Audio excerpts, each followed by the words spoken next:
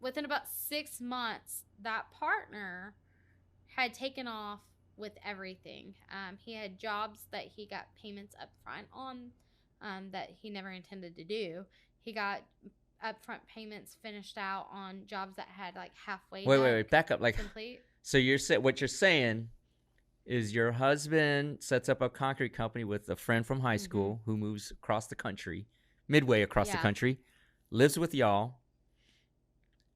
It looks like a legit deal on the front end because jobs are coming in. Jobs are coming in. We got an LLC. We got a business bank account. But you're telling me you had this spidey sense that this wasn't legit. Like what? No. Not legit because the business was there, but there was something wrong with this guy.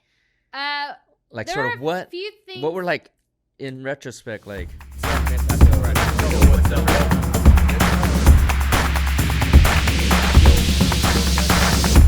Bam.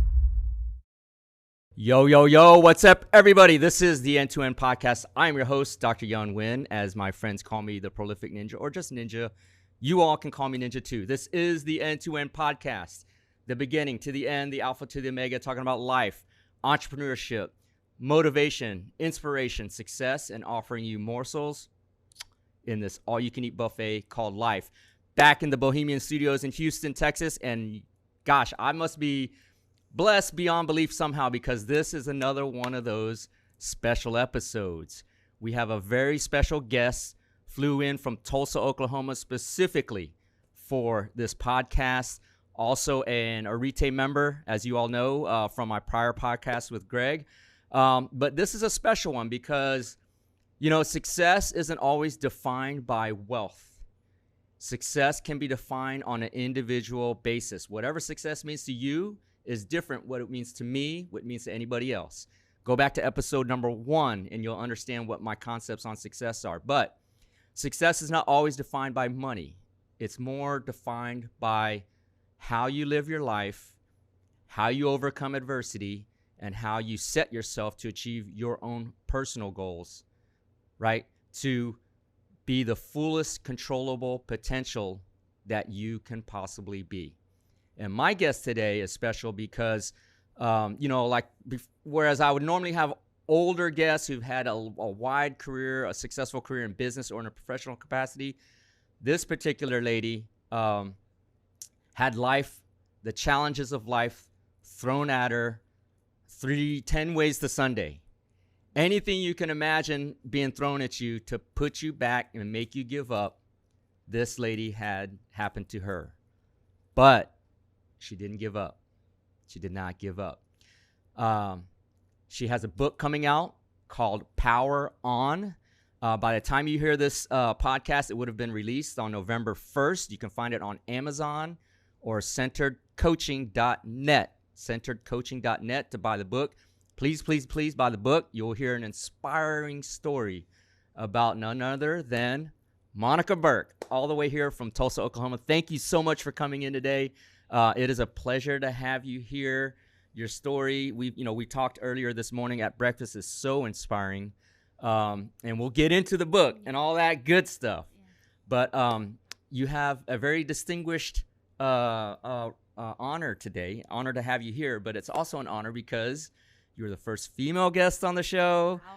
And secondly, it's 2 for 1. You're the first female guest from out of town on the show. So welcome to Houston. Thank you. Thank you for waking up at, 4 in the morning to get on the plane to get here. But it's so glad to have you here. Thank you so much for being here. I appreciate you for this opportunity, for your listeners. My only goal for today is to give so much value that their life can change today in the moment they hear this. Awesome. And speaking of value, listeners, if you find value in this episode or any other episode, I'm paying for this podcast out of my pocket, using my own time, no sponsors. So please, this podcast especially, or any other episode you found value, funny, you learned something, you just caught a giggle, please like, share, follow, comment, subscribe. That's the only way we grow our audience, which is growing tremendously. But it's always appreciated to share the information that I'm trying to share with everybody, because our goal is to inspire billions of people across the planet. And we can only do that with great content, but more importantly, with your support in sharing this podcast. So before we get into the book, let's start from way back. I want my audience to know you from visually, but then those on Spotify or iTunes that are listening only want to get to know my guests, because everything is in context, right? You're a very young lady. Yes. So yeah, talk to me about when you know how way back how it all started. Yeah. So guys, I started and I felt like at a very young age, the world had given me the signal that like I wasn't really supposed to be here. Like I have always felt my entire life that I've beat the odds or beat what was meant for me in life. Yeah. And so where it started for me is literally as my mom was 9 months pregnant with me. She was dating my dad, who is bisexual. And they were leaving Columbus, Georgia to move to Alabama. And right as they were leaving and saying their goodbyes to my mom's side of the family at Domino's Pizza where they were working, my mom's water broke. And of course, like I was like, this is my life. Is like, I was ready to make my entrance. You know? During a major transition. She's Wow. Like, but then I look back and I think, man, like I couldn't imagine being 9 months pregnant, moving states and like starting a new life. Like it was crazy. So my mom had no clue what she was walking into. Was she older or younger? Or? She was like 20. Oh, wow. So she was really young. Yeah. My older brother is about a year and a half older than me. So if you like, literally she had him and then ended up pretty much pregnant with me right after. And so, they were leaving there. She had no clue what she was really walking into, the environment. My dad's side of the family lived there in Alabama, and they were drug addicts, prostitutes. They like literally one of my aunts, one of the stories that I was told was like she literally went door knocking to try to sell her child. Oh, sell her child. Yeah, like wow. She had like 10 kids. Like that's his side of the family. They all had like 8, 9, 10 so kids. So no aunts, real grandmas. values or structure or. It was like, who has the drug money today? And they're our best friend right now. And then the moment that they got whatever it is that they needed, then that person, like, they would just gang up on it. It was the most dysfunctional family that you could ever imagine coming from. And so my mom was not about that. I will tell you, my mom is, like, very Christian, Catholic, grew up in the Upper Peninsula of Michigan, just very, like, sweethearted. Like, if you met her, like, she's a way better woman than I could ever be inside and out, you know? But I will tell you, like, so she had a lot of transitions too. When she moved to Georgia, she experienced racism for the first time. That wasn't something that she ever had there in Georgia, or not Georgia, sorry, Michigan. Michigan, okay. Yeah. So, like, she was a convenience store clerk and things were thrown around in the line, and she's told me, Monica, I had to learn very quickly how to stand my ground. Okay, wow. So you bring up a good point. Well, let me ask you this. How did your mom, if you ever have the story, how did she end up with your dad? My dad, they clicked. So they were really good friends. So like literally opposite ends of the world. And then, wow, just like, my mom moved to Georgia after her dad had passed. She had just graduated high school, was in college for a semester, decided college was like not for her. And my aunts were living in Georgia. So that brought her down, you know, to live. And then she had met my dad working at, I believe, in liquor stores, how they met. Yeah. But she was just very young. And she's like, the way she explained it to me is like, you know, when you're young, life is more like the world is huge and you can go do anything. So let's just do it, right? Got it. And so that's what started all of that for her. Yeah. So and we'll get to this, which is part of the inspirational aspect of your life story, which is there are only a few things you cannot change in your life. Right. Two of those is where you were born and who your parents are. Right. Those are inevitably they are what they are. Right. You can't change that. So immediately life dealt you these cards. Yes. So a father that is from a family lineage of prostitutes, drug dealers, drug addicts, and so on. Yeah. and then your mom, who is more structured, but then she's like, what the fuck, I'm living life. Yeah, Okay, yeah. got Like it, she's got it. still Yeah, young. yeah. Yeah, like, and you know, the thing with my mom, and I want y'all to know this, is like, she is the strongest, smartest woman I have ever met in my life. I've learned so many huge lessons that are in this book from her. And some of those were, she was working at a convenience store, for example, when I was about 8. And she wanted to quit. Actually, she didn't want to quit. She wanted to decrease her hours so she could go to college. So she was going to go to a private college at night. So she was managing this convenience store. And the owners told her, hey, you're never going to be anything more than what you already are. Quit trying to do more. You're wasting your time. Was like hardcore, just telling her she was never going to be anything more than this. Why are you even trying? And my mom, I remember this as a 8-year-old, and she's like, Monica, if anyone ever tries to take you down personally, attacks you personally, things about you, your weight, your looks, anything personal, you're winning. Oh, wow. Know in that moment, you're winning. They're out of fuel. There's nothing left for them to go. Personal attack, right? Like, very she's true. like, and that is your sign in that situation. It's time to go. That is your sign that you are on the right track. Yeah.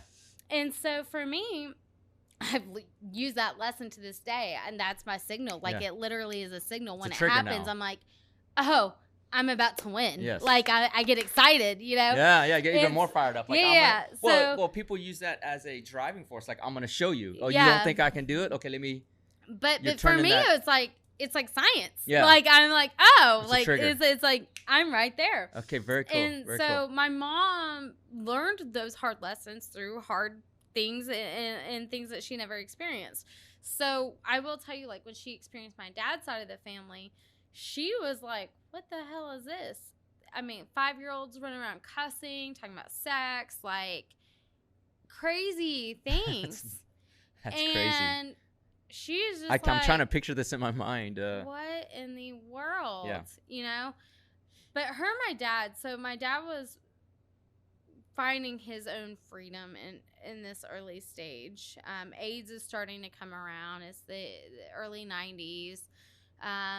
And he's more concerned with his social life. He forgets to pick us up at school. He forgets he's more concerned with his personal life and being young. So entirely almost absentee. Yeah.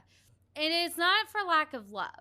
Like, okay. I understand that he loved us, but I also understand he couldn't give us what he didn't have. Like, he never had. When I look back at him for the longest time, I think he really struggled with what he knew he wanted something better and different, because he really tried hard for that. Like, he owned his own convenience store. He was the first person to do that. He never went to college. Like, he was a scrapper. Like, he was going to make this happen, his life.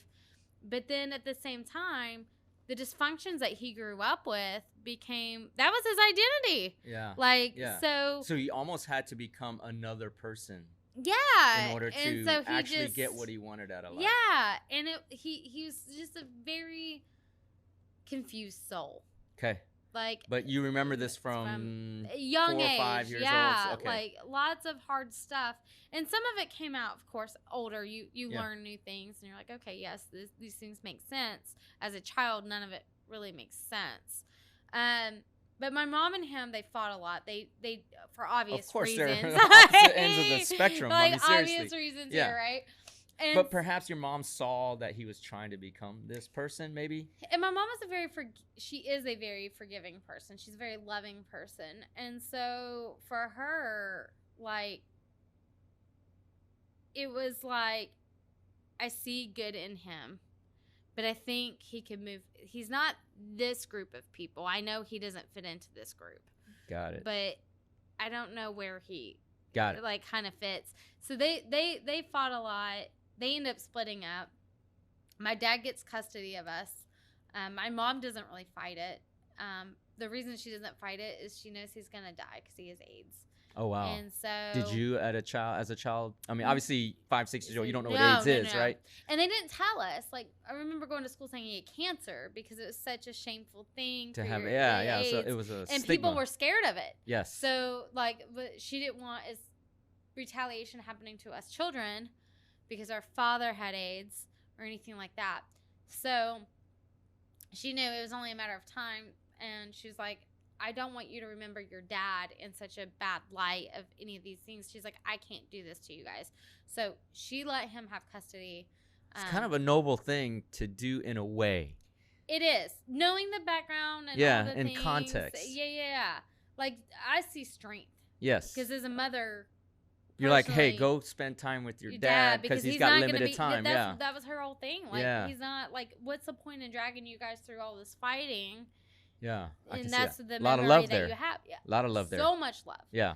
So my dad gets custody of us, but he doesn't do well with it. He still doesn't know. No, he doesn't. He's know still how to trying be to a find dad. himself. Yeah. How can like, he take he care doesn't of? know how to be a dad. Wait, it's just how many siblings? I guess it's just me and my older brother. Two kids. Yeah. But he's still trying to. Yeah. Be his own man. Like, he's still doing his thing. Once he had AIDS, I will say, like, he started ramping up, like, his life insurance policies and things like that. Back in the day, it's not like now where they can just pull and say, no, I'm going to deny you. Yeah. So he had a ton of life insurance policies and things set out, preparing for his death in that sense. But as he got sicker, he really couldn't take care of us, but he didn't want to give that power back to my mom or anything. I can see that. So he would let my aunts, my grandmas and things take care of us, and they're drug addicts, prostitutes. Like, oh yeah, his side of the family. Yeah. So you know what would they know doing? about responsibility, right? They don't know anything. So they took us to parties with them, with drugs. I mean, I smoked cigarettes at like 5 years old. Wow, I had alcohol. That's crazy. My grandma dropped me off at some random person's house. She didn't even remember where she dropped me off at. My dad had to go door knocking the next day in the general area to see. This is in Alabama still. Yes, okay, Alabama. Yeah. Like, my daughter, she's here. Yeah, my 5 years old. You know, and that's your only perspective on life, right? Right. And who knows really? This is my perspective, right? Like, who knows really how that all went down? Yeah. But it was getting bad, and towards the end there, my dad, he had in the living room set up his medical bed and everything else. Again, this is the 90s, so it's a lot of medical stuff. But honestly, that's at that time he used a lot of the money he was making to have pay for that. Yeah, like, it wasn't something normally people in his position would be at the hospital. But one night he was sleeping and he started crying in his sleep for his mother. And the machines were going off. My brother and I were playing. My aunt rushed in and rushed us out. My mom picked us up. And we, as children, just felt like something's not right. Of course. Like, we knew he was dying, but we didn't know he was dying. Like, as a child, imminent, right? Yeah, right. Like, I will tell you, for my dad, one day, you know, he went from walking fine to being in a wheelchair. Like, he went from walking as normal to barely able to walk like a toddler to being in a wheelchair. Like, within a 3-day. Oh. It was quick. Wow. Like, I feel like when the HIV decline and AIDS, was like, yes, once it started ramping up, it's not like they had Medicaid. Like, it really ramped up fast. Yeah. And so my mom came to pick us up. And you're still 5, 6 years old. Like, how are you processing this in a way? Like, was it traumatizing, or you were just like, hey, this is part of life? It's traumatizing. Yeah. Because we didn't understand it. Okay. It's just like if you had a medical situation that you didn't understand, like, there's no diagnosis. Almost, that's what it felt like. It's kind of like, I just don't understand. I don't understand what's happening. I don't understand, but Dad's dying. But I understand as a human, as a child, even at 6, I can see my father and go, this isn't declining, right. Like, this isn't, something really bad is happening. Well, my mom picked us up, and my brother, I mean, he lost it, and so did I. I was crying. He's kicking her seat, screaming he doesn't want to leave his dad.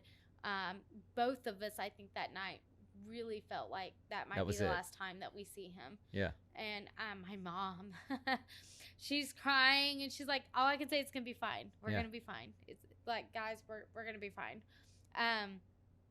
That was luckily not the last time that we saw our dad. Okay. We did get to see him. So that night, she took custody of us. My dad did meet back up with us at like an amusement park of some sort or fair. That as a child, that's all I can remember is like being in some sort of fair environment. He was in his wheelchair with my cousin, was there helping, and I just remember it being more peaceful. It was love. It just was love and peace, and I think for him, he probably knew that was the last time we saw him. Yeah. And so he couldn't do anything, of course. Yeah. But he was just there. How, and I think that as a child, that's like he wasn't there like that a lot. Yeah. You know. Yeah. So, in a sense, was it kind of a relief to you at 7 years old? Just knowing he was okay in that moment. Yeah.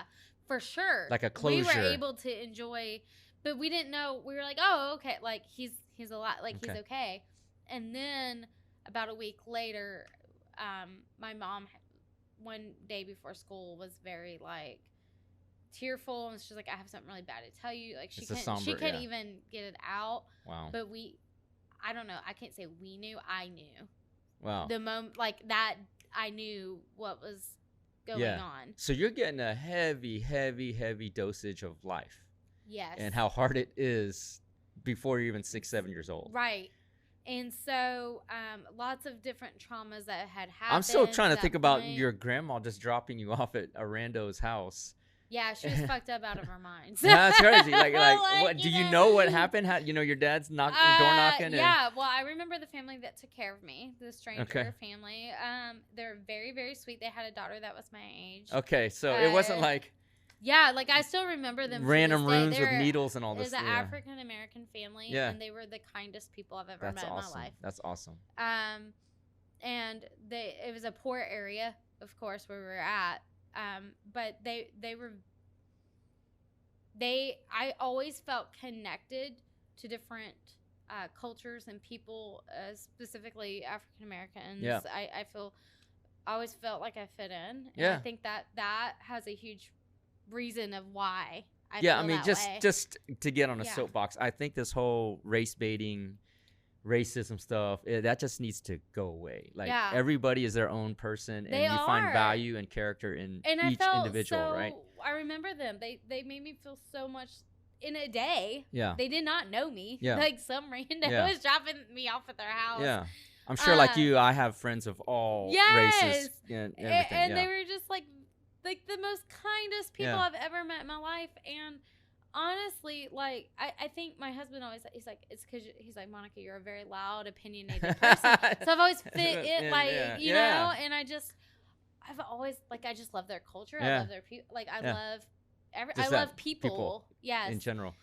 And so anyway, So your dad passes away, and now what happens? Like mom takes y'all. So my mom has custody of us. She had moved on. My stepdad is he's ex-military. Okay, so she had already met somebody while you're still living with you. Okay. Yes, yeah. So we went from my dad's house to my mom's apartment. It was Section 8 housing in Alabama, and my stepdad, and he is a very loving guy. He does not show it in a very loving way. Got it. He's very militant. His dad was abusive, so as soon as he was able to went into military, get out of the house, so he's just very. So he served military time. He did serve military. Okay, time but in he Germany. brought that culture into the household. Got it. Oh wow. So you're going from drug houses to military, like overnight, literally overnight. Yes. Wow. And so when I move in with them, it's Monica. We get up at 6 a.m. You get ready for school. You eat breakfast. You get on the bus. You come home. You do your homework. Ultra structure. Very, very structured. You do your chores. Then if there's time left, then you can have fun. and I was more about having fun than anything. Like all the Like, time. Yeah. And so I was You're like, I'm smoking not cigarette. down with You're this. like, nah, Like, I'm sorry, Dad. You know, you're like, smoking away. I am not down with this. Yeah. You know, and so I would fight it, but it obviously Yeah. like he's like, I just have to break you. Like literally, he had said that. Like I just need to break her, so that To it's like you. breaking a horse. Yeah. Like because then if I can do that, then she'll be better long term. You know, my stepdad's philosophy. So on what life- meaning? All out of love. Okay, out of love. All out of Okay. love. My stepdad has never hit me. He's never like assaulted me or abused me or anything like that. But he has been very, where he almost crossed lines. Okay, quite got it. Before, Getting close. like very, very close. Where it's very scary as a child. Yeah, I can see that. But his philosophy, and to this day, like last week, he was just telling me, he's like, Monica, the world's a cold place. And so I just felt like I needed to make sure you could handle it. And so that was his way of like, I'm going to be harder. The world's hard, so I'm going to be harder so that you can handle the world. Okay. So in a way, that's a good thing because it is the world's a beast. Place. I mean, it is a beast. And if you're not ready for it, I mean, I think, honestly, society, culturally, we're in a place where the younger generation is not prepared for how. No, it's like he was very, and I don't regret it because I always think back. If I look at my early childhood, if my dad would have raised me to 18, I would not be here today. I don't believe that. Got it. I don't believe that. But if my stepdad, who raised me, he did give me skills, tools that I use to this day. Yeah, I'm a very structured resiliency. person. Yes, and like in all these ways, his intent was good. Mm-hmm. His delivery and results weren't so great because the problem with that is what becomes your voice is this very critical person that nothing is right, and then you start believing certain things. Thanks, like I'm God. not a good person and God. this is very harmful and I came from this, and so the tools you got were good, but the scars, so to speak, okay. What mixed the in delivery, with mixed in with the early stuff, like there's a lot of conflicting stuff there. Like I feel like as you learn, like that behavior is not good behavior. That's not what good people do. That's not what good citizens do. That's not how society behaves. Okay, well, I'm a bad person for that, but I can't live to this other standard either. Like, so you kind of lost. Like lost. My identity, I didn't have one. You didn't have one. Yeah. I did not have an identity. Well, you got, like I said, like life punched you in the face pretty hard, pretty quick. Yeah. So you go to this ultra structured home life, and then kind of. Yeah, and my mom and my stepdad, like their mission, they had like a mission for us as kids and stuff. They were always like, you're going to be better than we are. Okay. You're going to do better. You're going to have a better life. Like, we're going to set you up, give you what you need. So you can go further. Like, that's our goal. We want you to do better than we did. So there's a standard too. Yeah. Now there's a standard like, hey, I have to live to this. And my mom, I mean, she did give up a lot. Like she was, like I told you, she had worked at a liquor store, a convenience store. You know, they tried to fire her. She told them to basically fuck off. Yeah. And went across the street and got a job at a Sneaky Pete's hot dog stand. Okay. Just because it was like, it has to work for now. Yeah. And my mom was like, to this day, she was like, Monica, my thought was, this is the best I can do. I'm really fucked. Yeah. Like, well, yeah. You know, like. But you gotta, you know, part of this podcast is to convey life stories into translatable lessons for the audience who may be experiencing similar type situations and coping and all that. But, you know, part of the time is that you have to opt for the best solution at the time, even though it's not what you want to do. And a lot of people would say that's a sacrifice. In my mind, it's an investment. I always say that. Yes. I say your sacrifices are investments. Investment, right? That for sure. I mean, as a young child, they're at that stage. My stepdad laid carpet for a living. My mom, there's so many Thanksgivings, Christmases, things like that. She had to work. My stepdad held it down. Like, I will tell you guys, I was developmentally way behind. I got held back in second grade. I was like the start of the second round of second grade. They did it like a testing of where you're at. Yeah, like, aptitude kind of yeah, like trying to see. And when they did that, they're like, I was like last in the class. Like for my reading comprehension, math, I was behind on speech. Because you're too busy smoking it up at these drug houses, like, right? Yeah. I mean, who needs to read when I'm toking away? Yeah. That's exactly what's, you're living this crazy life. And so my stepdad would sit with me at the table for hours on hours and hours. So he put in the time. He did. But that was part of that military. Like, we're a pact. Yeah. And we're in it together. Yeah. Like, so there was some good in that too. Yes. That was very like, hey, I'm going to sit here with you. My mom did not have the patience because I drove her insane. I was slow. Like, she was like, come on, this isn't that hard. But for my brain, it was. And he would just sit. He would just, dude, like, he did what she couldn't do. Yeah. And with me. My second grade teacher, Mrs. Bailey, she was pretty awesome. So she saw it as her responsibility to get me up to par at that point. Like, she was like, hey, we're going to do this. Okay. So I ended that year number one reader in the class. Wow. Like, went from 0 to hero. She took me from that in that year. Between that, my stepdad sitting at the table, going through all these things with me every day, reading flashcards, just drills all the time. So it's kind of crazy because a lot of people think that success you do on your own. Yeah. Like, hey, it's a one-man job, one-woman job. I'm going to do it myself. But surprisingly, you get a lot of help along the way, right? I 1,000% agree. Where I'm sitting right now with you guys, I will say there are times I have to get out of my head where I'm like, I did all this. Building this. And then also where you want to go is like, I'm going to do this. I'm the one doing it, right? Yeah. Like, but I think about like every hardship that we've had, and we've had plenty, as you're going to hear more even, is there's always these angels out that are, the bad stuff happens, but if you look, there's always these angels holding up hands at the same time. There's always, and it's not even equal. Not in this mystical, spiritual sense, right? But other people. Like angels within people. Yeah. Like, heaven sent help. And I know, like, this, for someone that's not super religious, like, just in that sense. Yeah. In a karmic way, a universal way, Yes. And so you have one person doing something really bad to you, but for every, like, one person, what I have found, ratio-wise, there's, like, 3 people willing to step up and help you out. Yes. At any given time. Yes. And so we tend to concentrate on the one bad person, but you're discounting all these people. Like, I'd love to help you. Right. But so you bring up a great point, because when bad people do something to you, whether intentionally or not, or you have experienced a bad thing, it's so easy to say, I'm just a victim. Right. And not do anything.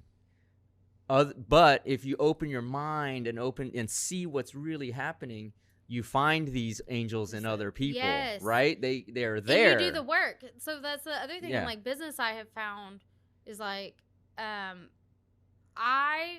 was like, no one had to chase me down to teach me. Okay. Like that's the thing. Like I can't tell you how many people come to me now for help, and I'm like, okay. And I put them on my schedule, but guess who doesn't show up? I show up because I show up to everything that comes your way. Whether it's money or not money or whatever, like if it's on my schedule, I'm going. Yeah.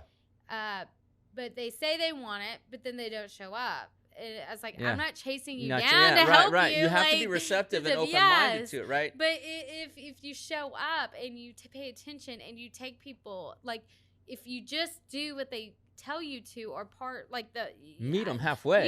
You don't have to take in what everyone tells you to do. Like if you do what everyone tells you to do, you're not going to have a life. Right. But you don't have to throw the baby out with the bathwater. Yeah. You can say, okay, you know what? These 2 points I really need to make a change on. The rest of it does not apply to me. Yeah. So all of this will be in your book coming up. Just letting the audience remind them that PowerOn is by the time you hear this is on Amazon or at centeredcoaching.net. Okay, I don't want you to reveal too much. No. I want to leave some on the table for the book, but just want to remind the audience, and you can see why I'm having Monica on the podcast, because there's a lot of wisdom in this very young lady's experiences. So you go to military style dad. Military style dad. Top of the class now. I'm at the top of the class. And you're not even out of elementary school, no. but you've experienced a shitload of adversity already. Yes. So what happens? So my teacher takes me from zero to hero. That is the first pivotal moment in my life where I actually feel what it means to win. Good. From hard work. Not like it dropped in my lap and I got it was lucky. Given to you or yeah. Like I feel bad for you and Yeah. I didn't want someone to feel bad for me. Yeah. At that age, at that stage, I didn't want that. And I've learned nobody else wants that shit either. Yeah. People want to know that they have the power, that they have the keys to their own powerhouse. And so that's it with the book is like, you have the keys. Here's the tools. So that's how my teacher took that, was like, I'm going to let you discover what you're capable of. Got it. So that's a very mature viewpoint at second grade, right? Well, now. No, you're talking about now. Yeah, okay, yeah. got it. Yeah. Okay. Like when I'm looking back now. But then I felt like the best I've ever felt in my life. I will tell you, so in second grade, I went number 1 in the AR reading, which is like accelerated reading program, like number 1 in the class. So we get this huge party at the end of the year, and you get all these things, and I got in trouble at home. And for being so successful. No. I got in trouble at home for like behavioral. I was still having some behavioral issues. Like it didn't go away that fast. Yeah, got it. Okay. But I was always grounded for behavioral issues. Yeah. Like always. I couldn't do anything right. But my stepdad said, you're not allowed to go to that party. But it's celebrating you. Yeah. Celebrating me, the success, the school, not just me. It's the whole class. Okay, got it. Or not pretty much the whole class. Like everybody that won. And within that, and then you had different levels. So like at the level that I ended at, I got like the top level prizes and things like that. But you can't go. But I'm not allowed to go. And my stepdad made it my responsibility to tell my teacher that I can't go. So okay. That's hard. That's hardcore. Dude, it's hardcore, you know? It's like, yo, I just want to go party. I'm like nervous, anxious, anxiety driven.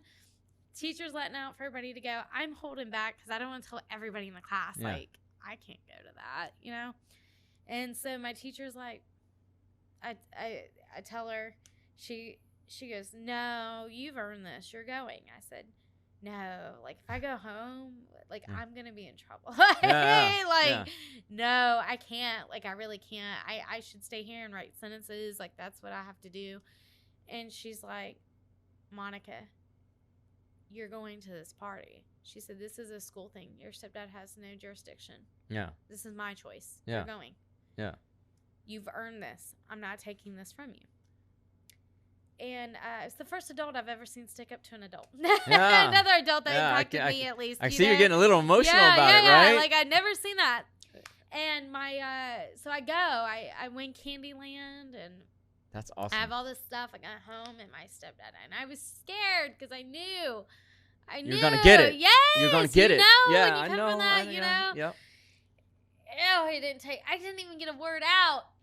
It was like, bam! As soon as I got home, through the door, and he very upset, very mad that I went to this party. And I was like, Miss Bailey told me I had no choice. I had to go, yeah. So he takes Candyland from me. He calls the teachers back in the day with the cord phones, and he's like yelling. I hear him yelling at him. I don't know what the conversation was, but I do know this. He came back in later that night, and he apologized. Wow, that's crazy because, like, this whole time you've known your stepdad as Mr. Military. I'm probably not emotional. He's probably not showing a lot of emotional expression. And then all of a sudden he comes back and says, I'm sorry. Yes. So that was the first time where he's like, it was a very, like, he's not someone that's like, I'm sorry to this day about a lot of things. Yeah. And even when he is, it's like, I'm sorry, but you made me. Like, that's the type it's still of, your fault, but I'm sorry about it. Yeah, I'm sorry about the situation. Not that I did anything still wrong. The way that I know a lot of people like that. Or he'll blow up, lose his shit like the Hulk, and then be like, oh, I'm sorry. Like, and you're like, what? I can see as a child, you're just confused because this is not like really the appropriate way to handle things, right? No. Okay, but You celebrated success. Yeah, so And we here's the did. thing, success can be very addicting. Yes. So, Or winning can be very addicting. Yes, I never had another issue with school after that. Like my grades, everything. Like I learned how to memorize things. So that's where it gets tricky because I can memorize something. It doesn't mean that I've learned it. Yeah. But I can pass it off. I learned how to maneuver in a way that other people would be It's a like. way to think. Yes. Of how that they would be like, oh, okay, you got it. Even if I didn't always have it. And that's helped me in business today where it's like, where you're like, okay, I can do reasonable deductions and say, okay, this is the way to, like, this is how I could come to this conclusion. This is most likely the answer, but there's a small chance it may not. So you're connecting dots. Yes. As I always say, the dots are always there. It's up to you to connect them. And how to connect them. And how to connect them. Like my husband, one of the other things like I've learned too is like, I have a really unique talent where I don't always have to listen to people, but I can replay back like a recording. Yeah. Exactly what they've told me. Yeah. So I can play it even. Was that a learned thing or a practice thing or? I don't know. I don't know if it came out of necessity or you just, or if it just have yeah. it. You just have but it's one of those things that like in school where I could zone out, daydream, and back to it. But this is your first experience understanding that hard work pays off. Yes. Hard work pays off. So let's fast forward a little bit. You take these lessons with you, but life is still saying, nope. Let me slap you back down. Here we are again. So what's next? Like what happens next? So my mom, we moved from Alabama to Austin, Texas. So I lived there for a couple years. I loved it in Austin.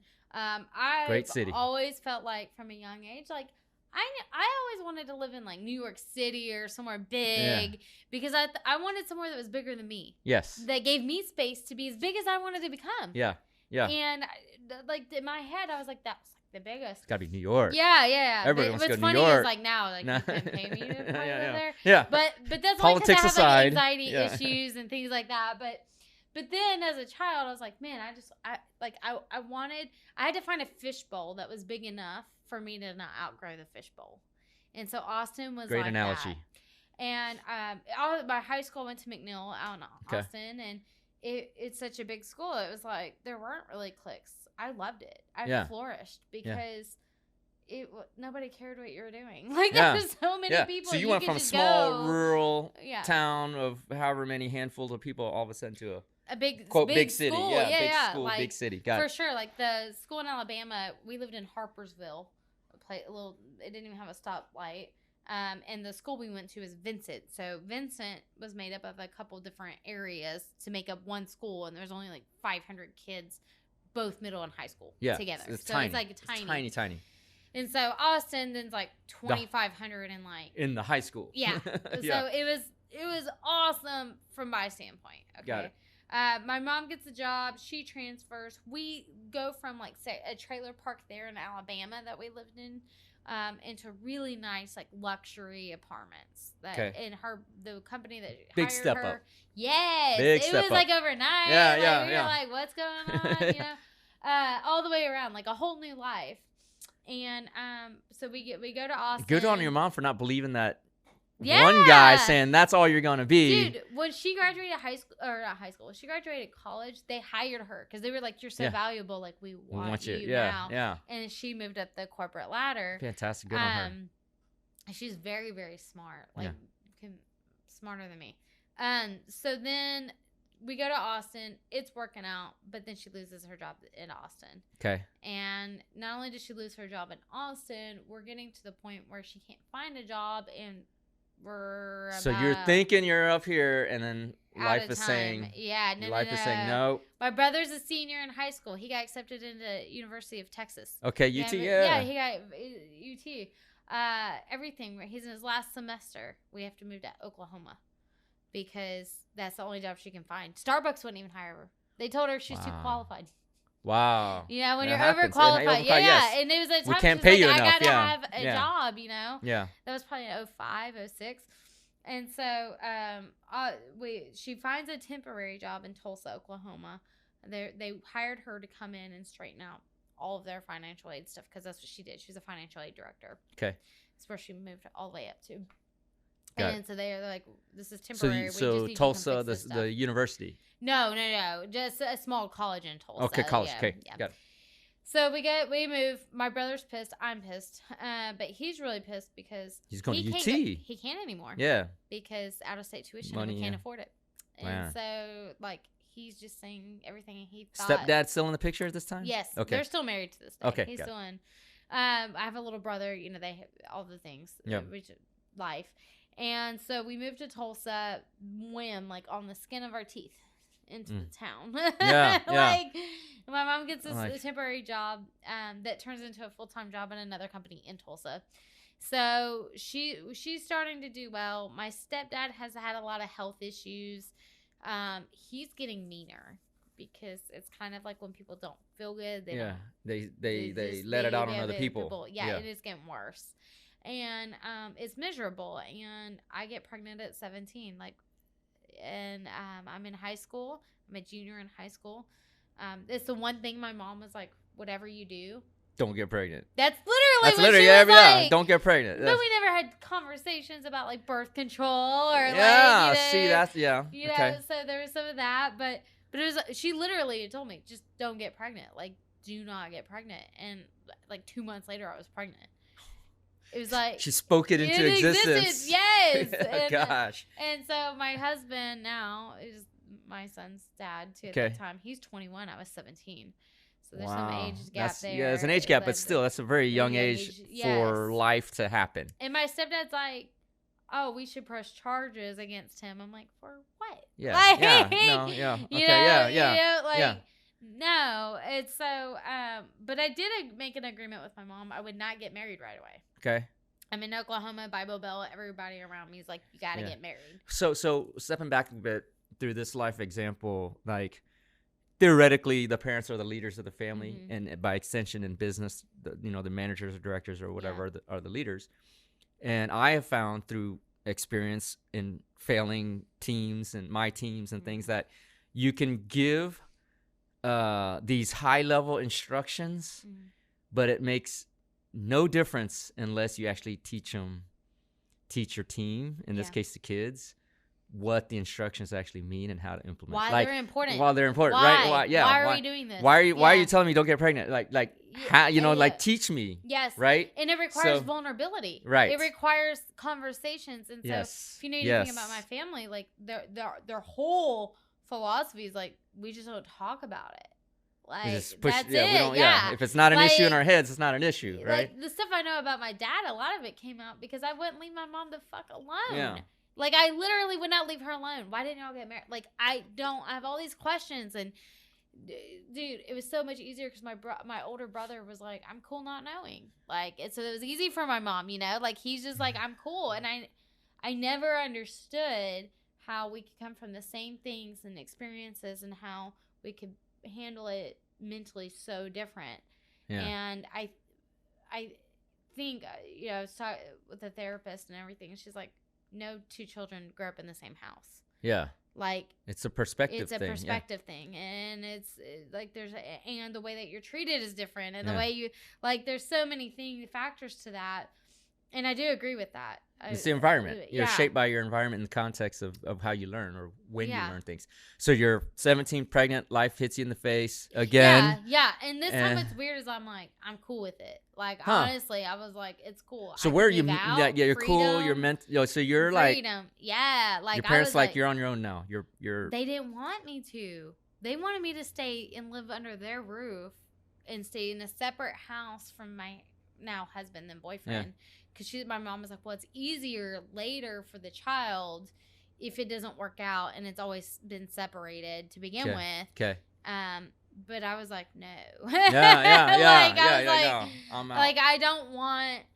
I literally was like fighting for my freedom at that age, where I was like, no, like I wasn't coming home. Like they were like, well, the more kind they of try to rebellious? control me, the more I was like, no. And it was like, this is ridiculous. What am I going to go do? I'm pregnant. Like, what am I out going to go do? There's nothing for me to go do. Yeah. But for them, it was a control thing. It was like, well, you're going to be home tonight by 7. I was like, no. Like, it's not. The more you put your line in the sand as a parent, the more your child is like, nope. Yep. Especially But, at that age. yeah. I mean, it's a finding myself. I need to go find myself, like define myself by my own rules at that age, right? And the habitat that they've created was not good for me. Yeah. Like, and it now was you're not, bringing a child into the world. Yeah. It was not. It was very critical. It was very like nothing is right. And it was very. They were angry. They were leading by anger because they were like, my stepdad was very disappointed that I was pregnant. It broke his heart because he was like, I wanted more for you. My mom was pissed. So, and her attitude was like, you made your bed, you need to lie in it. Yeah. Who wants to fucking live in that environment? Yeah. So politics all aside, was abortion ever a thought or question or? My stepdad threw it out immediately. He was like, you should have an abortion, actually. Immediately. And what was your reaction? It was no. Yeah, absolutely not. It was just, for me, and my mom, very Christian, she's like, I don't believe in it, but in this situation, like for her doing she was kind of wavering. Yeah. You know, okay, and got she's it. like, I don't know. Like, and from her experience, as you've seen now, with like, so she's like, I can't make that decision, but she was very middle line. Like, she wasn't, don't do it, do it. She was just, you make that decision. I can't make it for you. Yeah. Which, I respect that. Yeah, I can get that. You live your life. Yeah. You're talking about a huge thing that I'm going to have to be the one to deal with no matter what happens. At the end of the day, if I get an abortion, my stepdad doesn't have to deal with that after the fact. Or my mom. It's you and your conscience. Yes. And so my mom respected that. Was like, you have to make that decision. I won't hate you for it. I will always love you if you do it, but it's got to be your decision. Your choice. And for me, you know, of course, my husband now, boyfriend then, was like, we won't be together if you do that. Like, there's no way. Got it. Like, he was like full on. He took responsibility. Good on him. Yeah. Good on him. And so for me, it was like, can I live with this? That was the question. Yeah. Can I live with this? Yeah. And ultimately made the right choice. Yes. Of course. My son, and he's amazing. Of course. Like, you know, and so. So now you're out on your own. Yes. I'm pregnant. living on my own. Pregnant. My husband, he's a partier. Like, he got kicked out of his house when he was like 12, 13. Oh, so he didn't even go to school with you?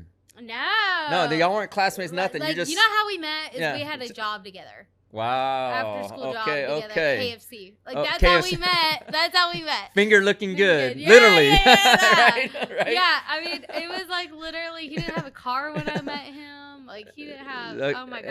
I get it. So, so of course, as a parent, you'd be like, I'm terrified for my child if that was their situation. Yes. But no, for me, he's a partier. I didn't feel scared, honestly, like at all. Everyone else around me was scared for me, but I wasn't scared. But you knew him. I knew him, and I felt like I could handle it with, even if it didn't work out with him, I could be a single mom if I had to be. Got it. And so I was like, what do you attribute that to? Just my mom.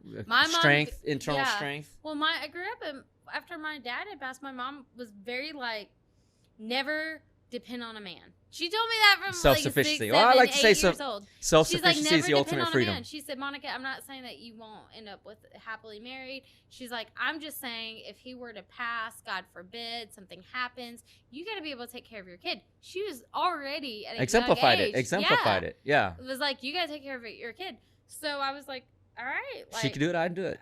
I can do it. Yeah. You know? Okay. But he's partying. He's getting after it. Yeah, and he was the one right after we had Ashton where he was like, he kind of wanted to stop, and I was like, no, I want, like, because I hadn't done it, so I'm like, well, I want to, like, you have all these memories, all your friends, the people that we knew were partying, everybody our age is partying. So you gave birth, and then you're like, time for me to live it up. Yeah, is what you're saying. Yeah, okay, yeah. wow, okay. While taking care of the kid, like, I don't want to be like, like. You know, abandoning your child to go party. Yeah. I wasn't doing what my grandma did. I wasn't dropping them off at randos' houses. But still, you wanted to live life a little bit. I wanted to live a life. Yeah. And I was being selfish completely at that age. And I wanted to, really, it wasn't even about living life. I just wanted to numb. Why so? Numb out feelings, the feelings that I had were so let's strong. explore. Yeah, let's explore that a little bit. Yeah, like, sort of like, what was the root of this? Now that you think back, like what?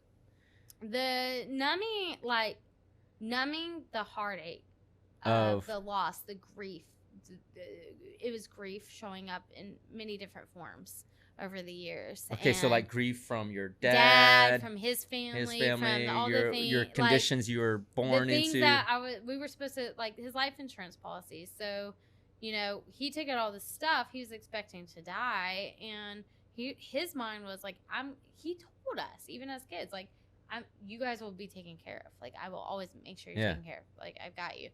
His mom forged all of it to her for drug money and stuff. So there's grief on so many things that were like, and you'll see in the book, like, where you're just like, unfair life. Like, life is really fucking me over. Kind of. Yes. So you wanted to be like, I didn't want to feel any of it, so and I feel all of it. So rather than the quote healthy thing to do would be to face them. Now we know that as adults, mature adults, you decided to just let me distract myself so I don't have to face them. Yes, I can put them into the and closet. I felt like I could still be a good mom, and I could, which of course is a lot. Like, you're a very unhealed person. You got to realize that. Like, I was very ill, mentally, physically, like, just not there. And my coping skills weren't there either. So the coping was very hard. Well, I think that goes back to your stepdad's military style. Like, we don't cope, we just do. Yes. Right? Yeah. So right? I'm a doer. And to this day, I'm like, I'm a doer. I get a thought, I go do it. I don't have that, like, hesitation that people get. I don't get that. Like, the little discernment. Do it. But that's not always good either. Like, you should analyze. You if you're just doing all the time, sometimes you end up, this is what happened at that stage, is you're doing and you don't know why you're doing. You're just doing. You're just doing for automatic reasons. Habit. So you're trying to get yourself numb. Emotionally, mentally. And I'm binge eating, and I partying. Like, the moment I move out, my binge eating just starts skyrocketing at night, and drinking, recreational drug use, things like that. So all of that comes to a spearhead, though, because about a couple years of that, we have our 2 sons. They're with my parents out of state for summer for a couple weeks. And in that time, it was like really go time. It's party is on. Party is on. No, I don't have kids. I literally have no responsibilities. Yeah, like, I'm going straight. Are you working or no? Yeah, I'm still working. Okay. I always had a job. Okay. Always. From the time I was like 15, I was the one that was like, "I'll go get a job. You don't have to tell me. I got it." Freedom. It's always that freedom. And so, but it's party on. Yeah, let's party get it. On. Let's do it. And so I'm obese. I weigh about like 250 at this, and I'm only 5 foot, guys. I'm really short. Yeah. So. For those of y'all just listening, she's like literally really only 5 foot. Yeah, it's like really short. So 250 on my body is a lot. It's a lot. So we were out one night with some of Nathan's friends, and one guy was very flirtatious, and it was really awkward because when you're heavy like that, like you just don't, what's going on here? And my husband's next to me. Yeah. But he wasn't happy. My husband was not happy about it. We're drinking. We were at Buffalo Wild Wings, having a wild time. We went back to our house. Everybody came over. But him and I started getting into an argument because of this guy. And I was like, I'm just really tired. Like, I was out of my mind, drunk, out of my mind. I was like, I'm just going to go to bed. So I go to sleep in our bed at my house, in my room, with my door shut. Yeah. Like, yeah. I'm in a you safe feel place. Safe. Yeah, you feel safe. I safe. have my 2 dogs, They're all out in the living room, which is not like right next to my room. But the next thing I know, I wake up and a guy's on top of me. Wow. And assaulting me. And my husband's beating down the door with a baseball bat. And holy cow. Most people have fight or flight. I had freeze. Like, I could not move. Like, I was literally just frozen there, like frozen. Were you realizing what was happening, or you're just in shock? I was out of the fuck out of my mind. Yeah. Like I'm processing. I'm trying to figure out what the hell is happening. Like, I'm not. My brain isn't coming to what is actually going on at all. That's crazy. So I have this expression. It's actually not actually fight or flight. Yeah. It's fight, flight, or fetal. You can curl up into the fetal position and just like it freeze. Yeah, right? that's what happened. I just froze, and that changed everything for me that night. Wow. The next day I had to go to work. I went to work. Like, when did it click? Like, you're like, I just got assaulted or raped, so to speak. Work the next day, like, I was going through bouts of just uncontrollable crying, and then I'd be like, oh wait, like, I'm at work, like the trauma response. You're like, I'm at work. Wait, I'm not. Like a PTSD, like a PTSD. Yeah, that's what happened. Yeah. And I'm like, I'm at work. Okay, and then I'd be like, no, Monica, you're fine. Like, you're fine. Wow. Let's get through this. And then I would just start crying. Well, one of my friends I worked with, she was like, I told her, she's like, what the hell's happened? Like, what's going on with you? I told her what happened. And I was like, I feel like I'm crazy. She's just like, you have to go get tested. Like, you have to go report this, take time off. I had short-term disability that I was able to use and utilize during that time. And more than anything, I just wanted to die. Like, wow. I didn't want to be anymore. I was done. You're done. That, like, wow, that's a lot to process. So, but you have this angel come out of nowhere saying, go do these things for yourself. Yes. So she's like, the last place you need to be is at work. We had a manager who wasn't very nice. He was like, explaining to him, one, it's a dude, so I don't want to tell you that I was raped. Two, I don't even think you believe me because I'm so fat, to be honest with you, that I think that you're going to think I'm just making shit up. Yeah, you're BSing me to get off work. Yeah. That's what I think, even though, like, that's not, I'm like I've always been one of the hardest workers. Like, I never had an issue showing up. Yeah. So that's not a work ethic. That's not an issue with me. But then his response, because I was like, well, I have to go talk to the detective downtown because they had done the swabs and everything. And the whole, and he's like, well, when are you going to be back? I was like, I got no clue. I said, I've never been raped. Yeah. Like, I don't know how long these things take. Like, I got crazy though. No clue. Yeah. How this works. Like, it's not like a. And he's like, well, what I don't want you to do is go do that and decide you're going to go, like, shopping at the mall or something and not come back to work. How crass. And I was like, it's what your worst fear is being confirmed. Like, he's not going to believe me. And clearly his actions are like, you're going to go shopping you're at the BSing. mall. Yeah, And as you're balling. Yes. Dude, like, he was this guy was the most narcissistic guy before that. Like, him and I were like oil and water anyway. But he ended up, he's not a good guy, like, in general. But so, but you're depressed. So my friend's like, you got to go. And so I go, there's a lot of counseling free programs and things like that. And Tulsa is really good they have a lot of programs for different things. But so I went to a therapist, and that's where I find out they say, like, there's nothing wrong with you. And that's like, I don't know why, but that is like the most relieving thing to hear, because I always feel and have felt like I don't belong, or like I don't. You're abnormal. Well, yeah, like I always feel like the outsider looking in. Like, I always feel like that. Yeah. So let's slow down for just a minute here, because I don't want to glance over the fact that you felt almost suicidal. No. Yeah. Absolutely. I would daydream about running the car off the highway into the bridge. What that would be like. I have thought about just taking a gun.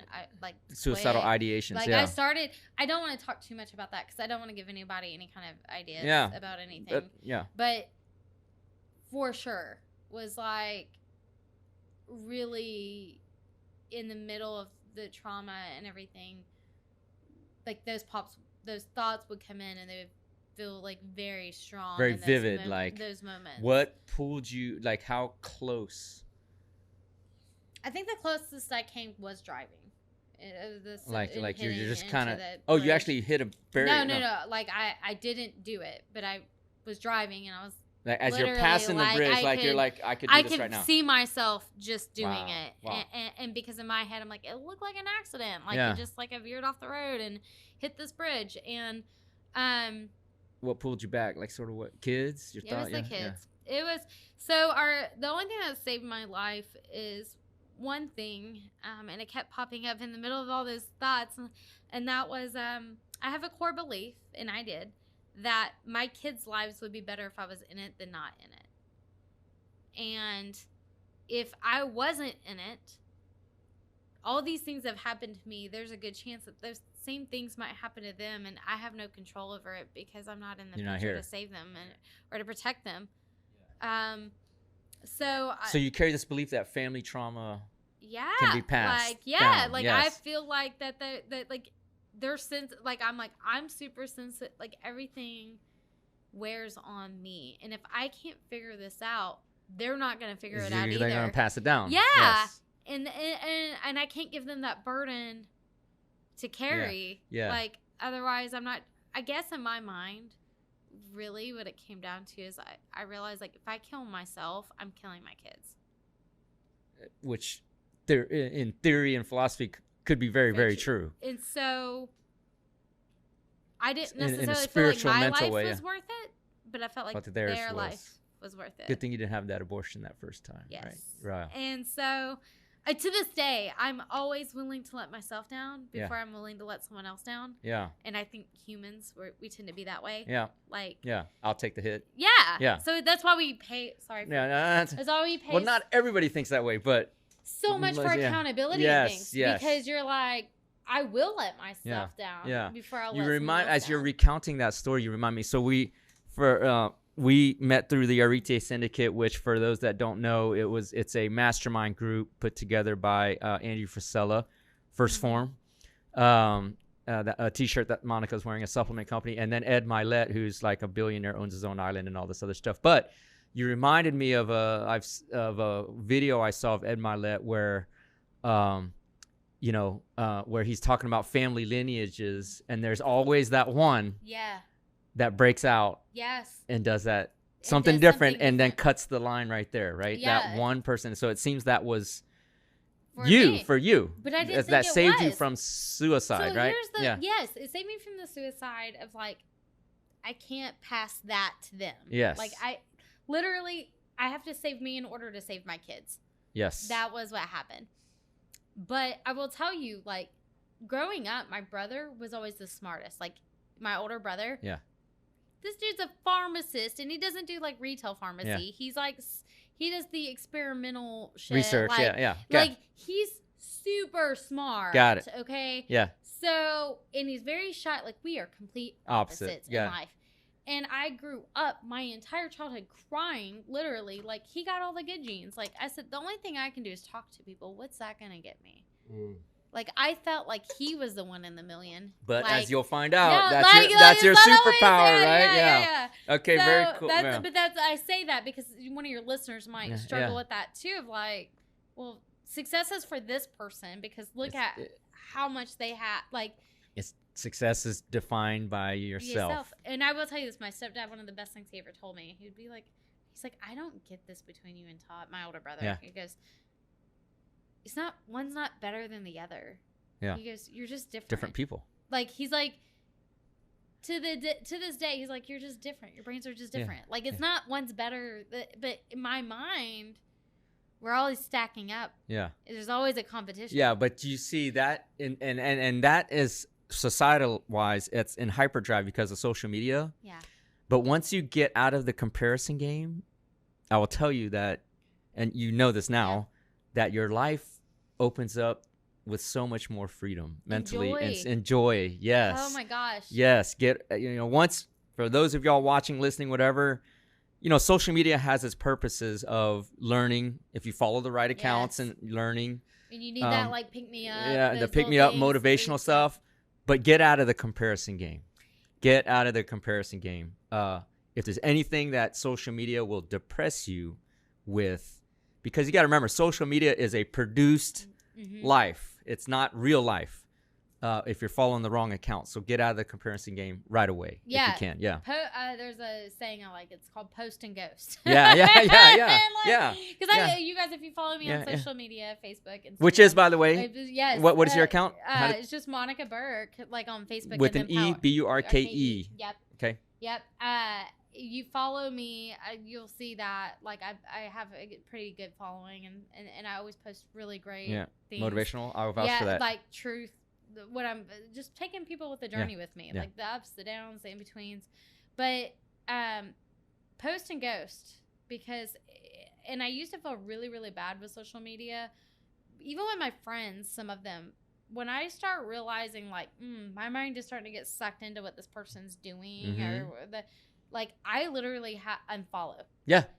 Unfollow. That's a great for 30 days. If it's a good friend of mine, where it's like, I don't think like this is going to be an ongoing thing, maybe necessarily, but right now I can't look at their stuff. It's just not good for me. It's nothing against them. I'm happy for them. That is a great technique. Yes. To avoid getting sucked in, exactly like you say. Wow. But I used to feel like it would be something against me, that I couldn't control myself enough to not compare. I'm just telling you guys, don't feel like that. Just do it and move on with your life. So you are suicidal depressed. Taking it back to your story, and you see a therapist, and she says you are highly sensitive. Woohoo! Would you call it? It's like highly sensitive person or people. Extra sensitive person. ESP, a different ESP. HSP. HSP. Okay. HSP, highly sensitive person. Okay. Which means, as it was explained to you, is that we have more neuron receptors in our brain than the average person. So that means when you experience normal life, just as a normal person, your highs and lows and what you feel are very different than the average person. Like your highs are more really exaggerated, high, and your lows are really low. But if you pair that with trauma and circumstances like that like your life is like this, it goes like got your highs and your lows. So your range is, let's say, higher or wider than a normal person, because you have your brain, because of this extra set of receptors or overabundance of receptors, you are inputting more information than a normal person would. Than a normal person would. You're feeling it, the emotions and everything. So what I realized is, like, my whole life I was like, you're too sensitive, you're this, you're that, like the too sensitive. There's even if you just Google like a quiz to see if you're highly sensitive, there are tests that you can take, but there's a different markers. Like for me, I experience other people's pain just by seeing it, and so some of that you might call an empath type of person. Empathic. Yes. Typically that means you're probably that highly sensitive. Your brain is receiving a lot more frequency than the average. But that also means for me, like, I don't watch a lot of action movies. I can't watch movies or watching people be in pain. Even like Django was supposed to be like a comedy. I couldn't watch it because of like the lynching and the like. You're personalizing it. You're personalizing it. Yeah, I cannot do it. Yeah. And so, and if I try to force myself to, I'll have nightmares and I won't sleep well. Like it messes with me. You're just so a large part of your brain function is not to filter in information, it's to filter out what's unnecessary. But what you're taking in is so much more that you may not be filtering out what you need to be filtering out. So you're processing a lot more. Yes. Therefore feeling it a lot more. Which requires, all it is like what I call bumper gutters. Like you have to put on, like bowling. You have to put on your bumper gutters to make sure that you're staying in the lane. Yeah. And so for me to do that is like I have to have quiet, at least minimally 30 minutes a day. Yeah. And when I say quiet, I mean no stimulation. Like, dark room. Yeah, like no one around me. Like I kick everyone out of the living room and I'm like, everybody bye. Give me my time. Yeah. That's just a recharge. No music, no TV, no, like I literally sit in silence and just think. So almost, it's meditating, but like in a specific way. Yes. Yeah. Okay. Think, and then if I don't do that, it's kind of like if you've ever seen Bruce Almighty, the movie. Yeah. With Jim Carrey. Yes. And so when he gets to be God and he's answering emails, what happens is like you're on autopilot all day. We are as humans in general. Everyone is. So you're answering. You're like, yeah, sure, okay. But if you don't deal with all the thoughts that are jumbling up in here that you don't always recognize that they're jumbling up in your head.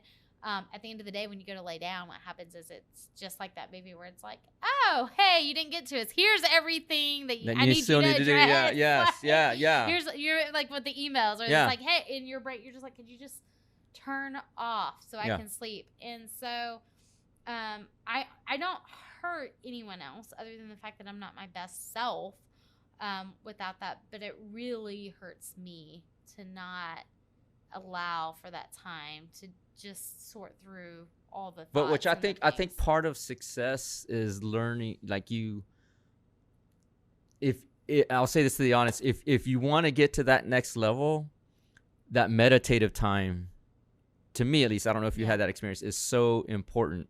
Oh man, because it's it centers you, it helps you to visualize, define what you're really about, what your true goals are, how you really want to define success for yourself. I think all these different things. Most people are really unaware of their emotions, to be honest. Yeah. Like they're really, really well, unaware. it's the hyper attention, deficit, And they do what I think 90% of Americans do. What I was doing is numbing yourself. Like that's it, because you don't want to feel don't address anything. The issues, right? Yes. Well, it's and the pain. And it's the grief. It's the a lot of time it's the grief, the anger.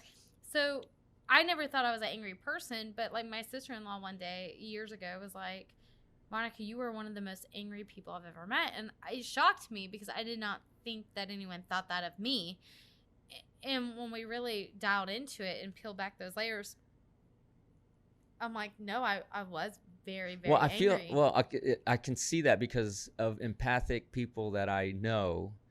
Once they've exhausted, they spend so much of their energy feeling other people that they feel empty and then exhausted. Yeah. And so their patience is shorter, and then it just snap. Once their bucket has overflowed, you only have so much to give. Exactly. You only have so much pie in a pie. Yeah, like, exactly. That's it. And so to slice out. And so for me, it's detrimental if I don't do it for my own well-being. Like just allowing myself to feel, acknowledging what I feel, understanding what I feel. Most of us don't do that because we don't want to. And so feelings are like an onion. You got to like peel them back. So what you see at the beginning is usually not really what the issue is. It's like way, way back there. Well, people don't want to dig deep. They don't want to face the demons, whatever, grief, pain, whatever. So are you out of the woods with this therapy? Does it get you to where you need to be today? Or like sort of, is life still saying, nope, let me slap you, let me slap you? I think I'm doing good today. Okay, like, no. But you're doing great today. I'm saying in that time period of your life as you reflect. So now you're in therapy. You're feeling terrible. It's helping. It's a process. Okay. It's not an overnight thing. Okay. The biggest thing that I didn't cost anything, and anybody can do it. And that was I avidly went out on Pinterest, and I so you turned out your I just start looking for positive quotes 24/7. The moment my brain would start going down a road about the rape or trauma or anything like that, I would literally pull up my phone and look for a quote. I'm like, I can't listen to my voice right now. I got to find a different voice. I got to find someone else's voice to become my voice, because I can't trust my voice. And I understand that. Wow. And so now, even to this day, though, I will tell you guys, there are times I will literally tell myself, Monica, you can't believe what you think right now.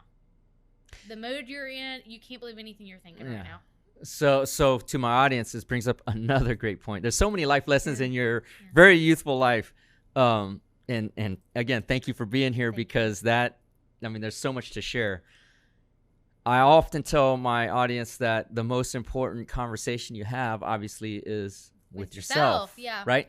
But the recognition of sometimes you can't believe that conversation, or what you're telling yourself you can't believe.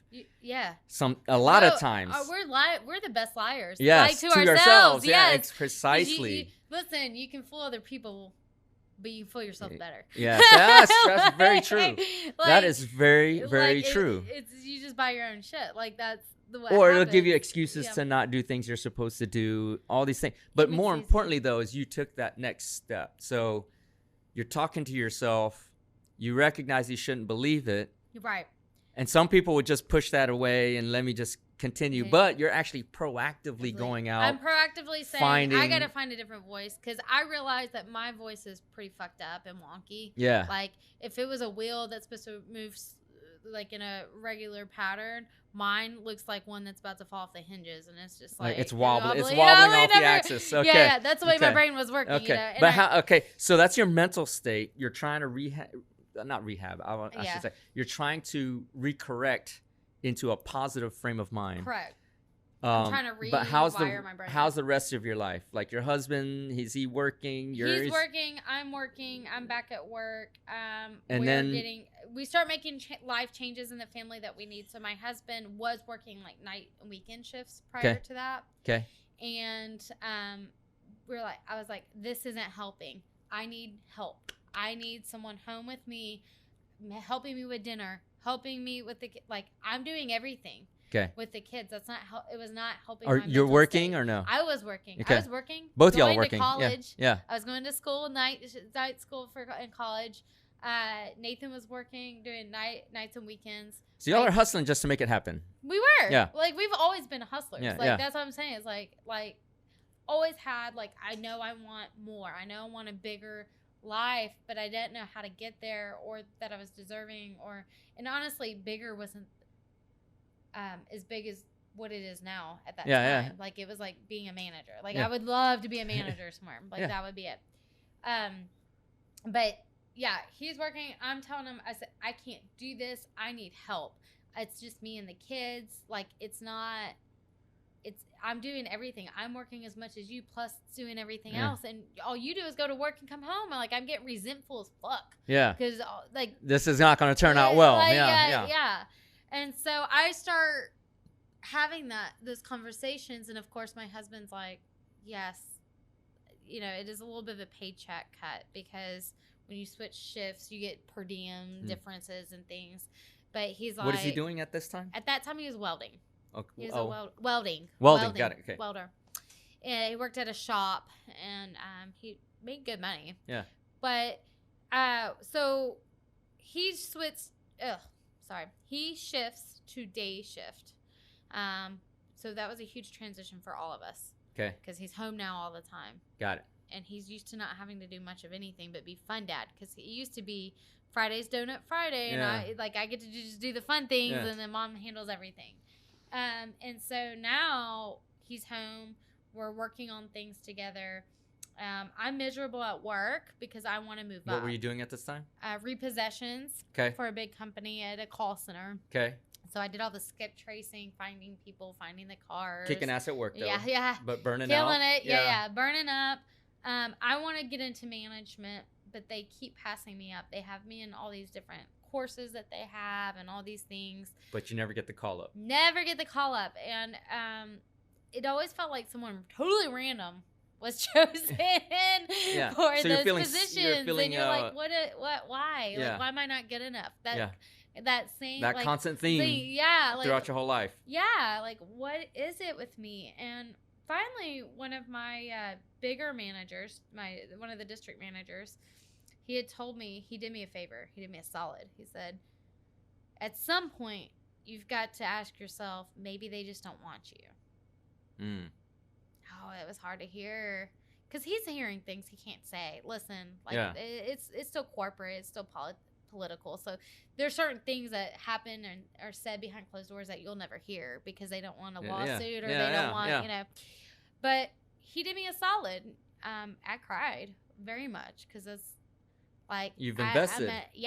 So much. And I was going to college. I thought that would I'll get a degree and then they'll hire me and then I'll do this. I'll I was signed up for half their stuff, all their stuff. Whatever you need, whatever hoops, I'll jump through. I'll do it. I want it. And he said that to me, and I had a decision. I'm a fork in the road, and I said, okay, so they don't want me. Either I stay here, and I have to recognize this is just the position I'm going to be in, but for the rest of your career, kind of like your mom. Yeah, I've got to figure something out. Our life wasn't horrible. We lived in a nice home in a nice neighborhood, and we weren't partying all the time. It was a normal life. Yeah. But it was boring because I'm used to chaos. Yeah. You're used to life just slapping you around constantly, right? I'm just what the hell? So they're like, we don't want you. And that's the hardest thing I think for anyone to hear is we don't want you. Or even if it was your spouse or your lover. Or it's rejection. No one likes rejection. We don't want you. Yeah. I don't want you. I don't love you. But it was the most kindest thing that anyone could have done for me at the same time. Okay. I came back. Okay. So anyway, all that, I make a decision. My friend says, you need to get in real estate. You would be fantastic at real estate. And my husband's like, I've been telling you since I met you that you should do real estate. So I was like, okay, I'll do it. Let's just do it. So we downsized into an apartment. It was not super fun. But then that first week we moved in, my neighbors that is backs to us caught fire. And wow. We were displaced for a month. And I remember being like, is this an omen? Yeah. Is the universe telling me like you should not be doing I kind of effed up on this decision to become a realtor? And the other thing is, I decided I was going to go into real estate. I gave my employer a 6 week's notice. I was doing my online schooling to get my license out on their company dollar. Yeah. Okay. Yeah. If you're telling me I don't belong. Yeah. But they didn't care because I was so good. My numbers were like, they didn't care. Like I would spend 2 hours working the job and maybe 5 hours doing my schooling. Yeah, that's good. So that brings a good point, which is for those of y'all who have in the audience who have a regular job. When I say regular, I don't demean regular jobs like 9 to 5. Yeah. But whatever that job is, be the best blank position you can possibly do in that job. They were gonna leave me alone. Yeah, exactly. Because my results were there. I was in the top 10% of the repossessor. Like they were like, they would get frustrated because they're like, well, think about if you just put in more time, you would be. I'm like, yeah, but for what? Because y'all aren't advancing me. You knew you're not going to get advanced, right? You know? Wow. So results. And I'm not saying matter. It's right to take advantage of your employer. I'm not. No, but if you're producing results, you're producing results. Exactly. Right. And you get a lot of leeway if you produce results. You get away with more, for sure. And so but you're taking the step. Your apartment burns down. Yeah, well, you're moving out for a month. I haven't even been licensed yet. When I quit my job, I was like, I'm doing this. Yeah. Let's go. Yeah, was not a question for me. Yeah. I passed my test the first round. People are like, that is insane, bitch. You are crazy. I'm like, I know. I was like, I'm a doer. I get it, and I do it. Yes. Like I get that. So I made the decision at that point when I became super discontent. I was done. When you told me there's no more room for me left here, okay. And I think now, like, my thing is when I realize that I'm not wanted, I'm the first person to be like, cool, I'm out. Like, I'll show you. It's like, I'm out, I'm going to show you. Or it's like, I'm out, I know I'm not wanted, I'm moving on. But if it's, like, I choose me. Yeah. Like, it's more like I choose me. Like, I don't need you to choose me. I choose me. So big point. I get tired of waiting for them to be like, I see you. I want you. Yeah. You know, like, I see me. Which is a great point. Gosh, this is all in her book that by the time you listen to this, you can buy on Amazon, called PowerOn. Yes.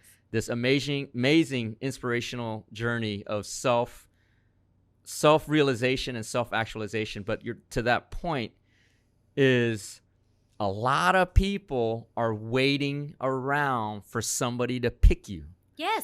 Like, okay, like you're like, look, I'm doing all these things. Like, look, I want it. Like, pick it's me. not entitlement, but it's in a way entitlement, but also like waiting around to be selected. Yeah. And the biggest thing about success is you're not selected for success. How? You earn the success. You earn the success through putting in the work day in, day out, day in, day out. And you're not going to get kudos for the work day in and and never day going to get a pat on the yeah, exactly. They're not going to tell you that they're going to choose you before they choose you. Like, we think that, you know? No. But it was... So you put all in on yourself. I did. I went all in. I was all like, in on we're yourself. doing it. And my husband's like, dude, I have the best person that could have married me because I'm like, let's jump off a cliff. And he's like, all right. Let's go. Like, hold my hand. Let's go.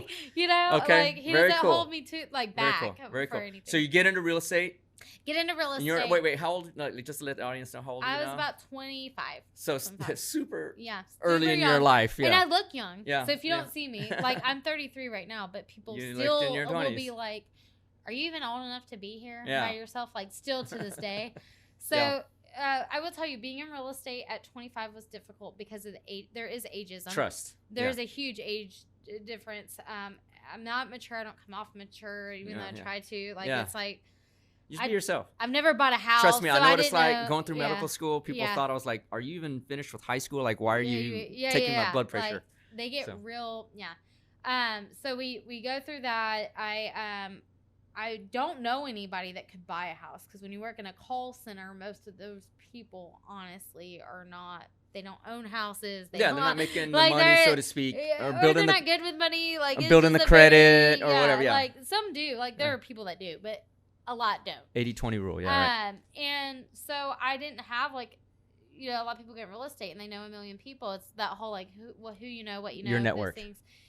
There are agents that really fucking suck, but they have huge books of business because of who they know. Yeah, absolutely. Yep. And then there's agents like me who are really fucking good at what you do because you had to figure it out and work it like every which way possible, and you build that business in time, brick by brick. Yeah. Yep. And I prefer that way, actually. Yes. And so for me, I get in, I start shadowing. I'm like the annoying chick that's following everybody around the office. It's like, I want to learn from you. Yeah. Let me just listen to your calls. Yeah. Let me just, huge lesson here, which is be annoying. Be annoying. Well, the squeaky wheel gets the oil, right? Yeah. But more importantly, though, is if you're jumping into something new and you have reservation, the best thing you can do is become a sponge of information. Yeah. Right? And I didn't count on them to chase me down. You had to proactively go get the information. Because nobody's chasing you down. No. And no one's going to help a, quote, competing agent either, right? Yeah, no. They're not going to teach you the tricks. Yes. But you went out and actively sought after this information, which is great. And I got really blessed. I got an angel that was like, okay, I'll bet on you. I'll show you the ropes. She did foreclosures, and she did head homes, foreclosures, short sales. That was her bread and butter. So a lot of those houses in Tulsa at that time were like $40,000 houses. So there weren't anything that was like people really wanted or anything. But for her, I would convert the leads. I would pay her a referral fee once I closed them, whether they bought that house or any house. And then I would add them to my book of business as my center of influence. Yeah. So even though they weren't like super high dollar, it's getting money. I didn't care. It's money in the door. Yeah, it's money in the door. Yeah. And my thought is they know people. Yeah. So I don't know who they know. And you're building the network. And I want to build a relationship. I got to start with people that I know. Yeah. And so it worked. But before you move on, that's also another one. There's no client too small. Because you never know who that client also knows, and so on and so on and so on and so on. We have had an 18-year-old walk in an open house that was like a $400,000 open house, and they're like, yeah, I want to buy this, and you're like, okay, like, I mean, we always work it as normal, you're like, okay, like this, I'm not judging, like this is what we need to do this. Bought the house. Yeah. Cash. Like, you cannot judge it. Yeah. But other agents, literally at the same open house, were like, oh, if they can't buy, you can take it. Yeah. Like, okay, I'll take it. Well, I'll take it all day long. Yeah, I'll work it too. Yeah. So are you feeling like you're catching your stride? I start catching my stride. Yeah. Like in life, not just. Everything's kind of coming in. Okay. I'm really good at it, but a lot of it had to do with collection experience, people person. Yes, and the thing with collections is, it is sales on steroids because you're selling people to pay for something they really don't want to pay for any longer, and they think maybe they got away with it, or something like that. And obviously their sales techniques. Yeah, like the way I always like envision is like you're on a highway. On a stretch of a highway, and the consumer's always trying to take the exit ramp. And our job is to keep them back on the highway to get to where we need them to go to get the deal done. Yeah. And it's the same way in real estate, and from the beginning to the end. Or it's just like, sales in general. This is what we need to problem solve. Not to strong arm people into things they don't want, but it's problem solving, keeping them on the path versus all these detours they could take and prove the value. Yeah, prove the value of your deal, right? So so you're moving. Yeah, we're working through it. I'm getting them closed. My conversion rates are really high. my friend that's training me, she's getting paid nicely because wins all around. Yeah, like wins all all the way around. Okay, right. Lives are going great until here we go. right? Wait, there's more. But wait, there's more in a negative way. My husband starts a concrete business with a friend from high school. And so he leaves welding. He leaves welding. He says, he goes, I want what you have. You're happy. You own your own business. Why can't I own my own business? I want that too. Freedom. Yes. And how am I going to tell him no? Like, this guy has supported me through so much. So I'm like, yeah, absolutely. Yeah. Good. We'll make whatever needs to happen. Good. We'll do it. And to my listeners, go back to my podcast. I forget the episode. It was a Q&A about relationships. That is an example of shared values. Yeah. Right? Partners that are, relationships that have shared values and support one another last a long time. A long time. So we go back in. They do that. They start getting jobs. They're getting commercial jobs. They're getting concrete. A lot of builders. One of the builders out of my office, like, working it. So his friend from high school, are they in the same city, or he moved in? He moved in from Arizona. And he has his own family? He has his own family. So it's a big move for them too. This was a red flag, to be honest with you. So like, why would you now you look I'm back? like, that was a red flag, that someone's willing to drop everything that they have in their life. And how many, it's a big family he's bringing? Well, no, it was him. just him, his wife, and she was pregnant with one. And, and then they had another one together. Okay. He had 2 boys that he left back there with their mom. Okay, got it. So they're dropping everything, moving to Tulsa. But let me ask you this, Nan. Yeah. If you guys are a business, you can just drop everything and move states. No. Move in with somebody. No. Okay. It's like, that's a good idea. Let me come over. No. You're gonna. He's like, there were things about it that got passes that shouldn't have gotten past it. Like, when I look back and I go, oh yeah, that was a lesson. So he packs up from Arizona, everything, goes to Tulsa. Moves to Tulsa. Lives with us. Oh wow. Lives with us in a 1,000 square foot little house. How many people in the house? There was 7 total. 7 in a 1,000 square foot house. Yeah. That's We're tight. on top of each other. That's tight. We're making it happen. They start this business. They do it right. They go get an LLC. They get it insured. But they add our house address as a business address. Okay. So step 1, I don't think much of it. Yeah. Not really been in business before, so let's keep going. Yeah. Within about 6 months, that partner had taken off with everything. He had jobs that he got payments up front on that he never intended to do. He got upfront payments finished out on jobs that had like halfway. Wait, back up. Like, complete. So what you're saying is your husband sets up a concrete company with a friend from high school who moves across the country, midway across the country, lives with y'all. It looks like a legit deal on the front end because jobs are coming in. Jobs are coming in. We got an LLC. We got a business bank account. But you're telling me you had the spidey sense that this wasn't legit. Like what? No. Not legit because the business was there, but there was something wrong with this guy. Like there sort of what? Few things, what were like in retrospect like? Mannerisms. Like, so I pay attention a lot to the micro expressions of people. Okay. So, for example, I learned this. If you want to know if someone's genuinely happy for you, if they give you a genuine smile, it will make you smile. It's a human connection. Yeah. If you it's like an energy thing. Yes. It's like a yawn. Yeah. But it's with a smile.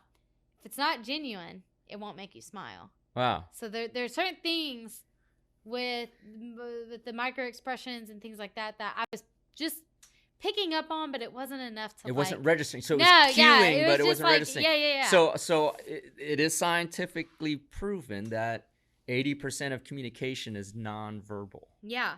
Right. I can say one thing, but if your body language will give you away, and the micro expressions especially, and this is like, for example, in super high level negotiations or super high level like poker, where you're trying to read and get an intuitiveness about somebody. So this was like firing off at you, but you weren't. Yeah. But at that time in real life, do you think it's because, hey, I'm trusting my husband's judgment. This is his friend from school. Let me discount it. No, there was something snaky about this guy that I just did not trust. Okay. I just didn't. But your But then instincts there are were right. other things that were agreeing with that. Like, Okay. for example, we have a business bank account and everything, but he's running everything off of cash. In my mind, that I'm doesn't like, make sense. That doesn't make sense at all. Yeah. Like, I was like, well, you're going to need for your taxes. You're going to need, like, and who if pays you for ever want to go get a loan, they're going to want to see this cash. Like, it doesn't make sense to me. Who's paying multi-$1,000 concrete jobs with cash? But they're not paying cash. So what he would do is, like, they write him a check. He would go to a check cashing place and cash it. And that's how he stole so much money. Actually, it was like he wrote out of a business. He got away with about a couple $100,000 worth of between equipment, cash. So obviously your instincts were correct. Yeah. How did you all find out that this guy is just through a crook? The worst way? Yeah, talk about that. So we it was our anniversary. I find out I'm pregnant with my daughter. Wow. Okay. I already have 2 kids, but we didn't ever expect to be able to have another. My husband had a vasectomy, so it wasn't like we were trying to have kids. We didn't want more kids, but she was here. Wow. And it was our. So you're pregnant. Yeah, I'm pregnant. Anniversary. And it's our anniversary, September 12th, the day after a disaster. September 11th. Okay. So again, is the universe giving you a signal? Yeah, it's like, Monica, here we are. So I buy a huge TV. You're finally built yourself up to buy a massive TV. I can buy couple few grand, I'm sure, at that time. Oh my God, it was like $1,500, and that was like mind blowing. Yes. To be able to buy that. Yeah. I've never coming been from in that humble position. upbringings. Yeah. And I'm like, he's gonna be so excited. Yeah. Like, I'm surprising him. He wanted this. My husband's a big TV guy. Like, he's gonna love this. It's got the slant, all these things. And it's new in the box. We go to unload it. He calls me and he goes, "Yeah, I haven't heard from my partner all day." He goes, "I'm starting to get concerned. His pregnant wife," he said he was taking her to the hospital because she wasn't feeling good.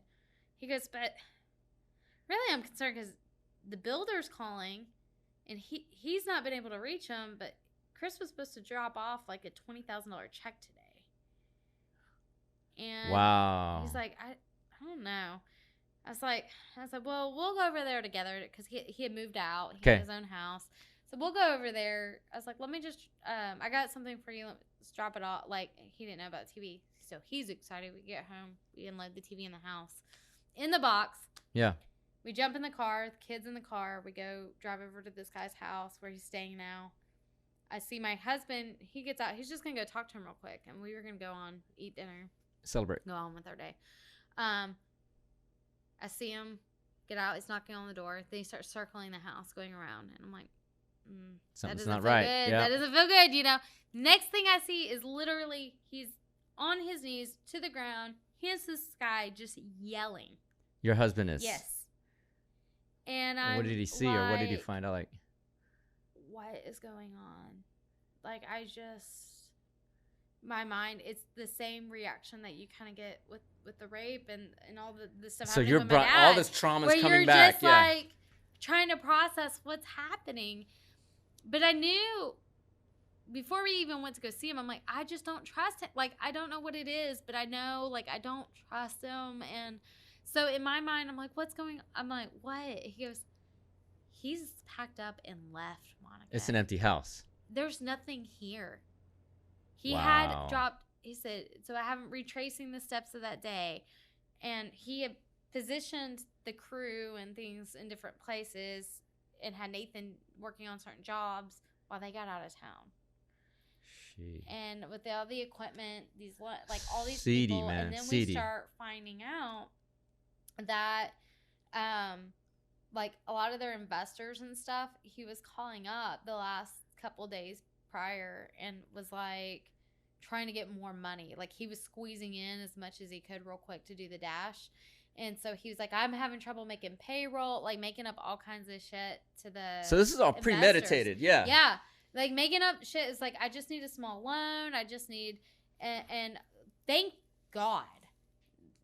And these are all investors that we know. Yeah. They were like, I'm not giving you any more money. I'm so thankful for that. Yeah. So something in them were like, Yeah. I'm sorry, like you're gonna have to figure your business out. Like I'm not giving you more money. Yeah. And they were like, he was just acting really weird. Like I'd never seen this like side of him, and it was like desperate, which made him nervous. Which he should have. That's a red flag. Yes. Again, another lesson I learned: if you ever give somebody money and they come back for more, red flag. Yeah. Ever.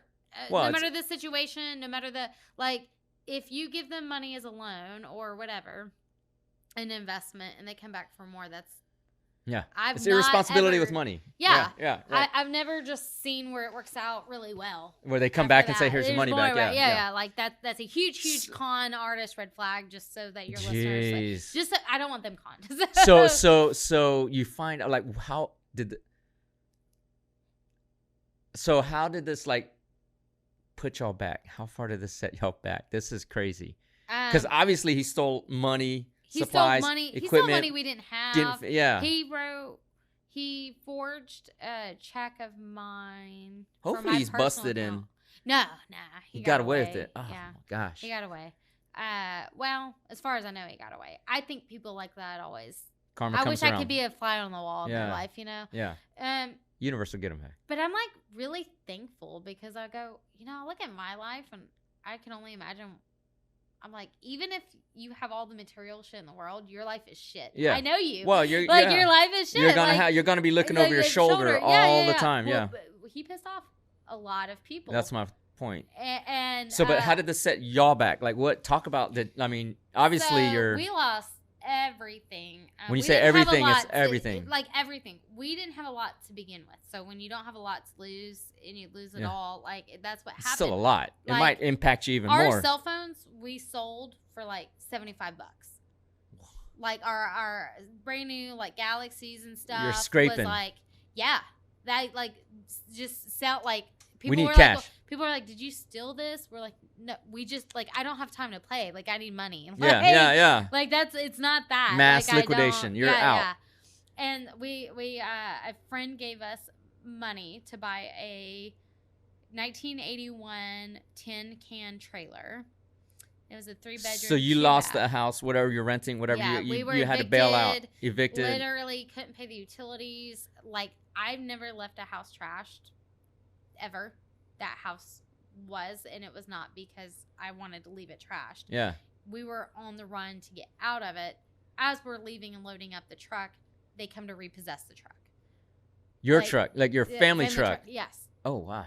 So it was like that every day. People were showing up to our house pissed off. How much were y'all in the hole again? Like, I think at the end of the day, what we had to pay back was about 80 grand. 80 grand of money you didn't have at all. Yeah, like it was between personal loans of people giving us money to survive in this time. It was people giving us personal loans to pay for employees because we had employees that he had robbed and things like that, like making it right with them. Money to finish jobs. Suppliers, and things like I'm sure, yeah. Suppliers. So it was a mess, but for like the first year and a half of this, nobody was getting paid back. Yeah. We were trying to just survive, yeah. like legitimately survive. So, and your house is listed as the office, right? Or the house you were in. So people, like, people were people like, up, where's my money? Yeah. Upset, pissed off. People were driving by all hours of the day while my kids are there. It was really scary.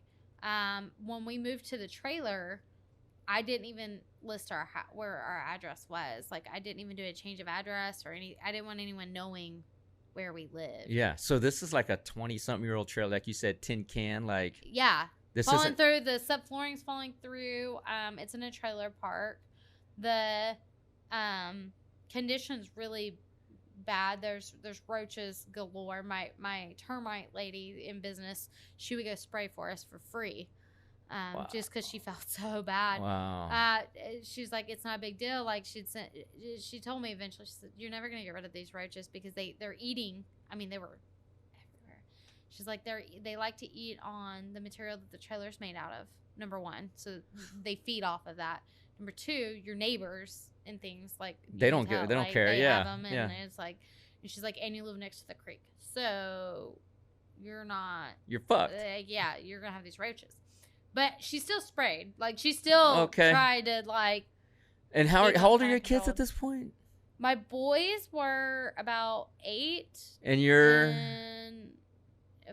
They're about 8. And you have a newborn daughter. I have a newborn daughter, yes. And you're like, if there was a rock bottom, it's like the bottom of the lowest rock bottom. We lived off of $600 a month.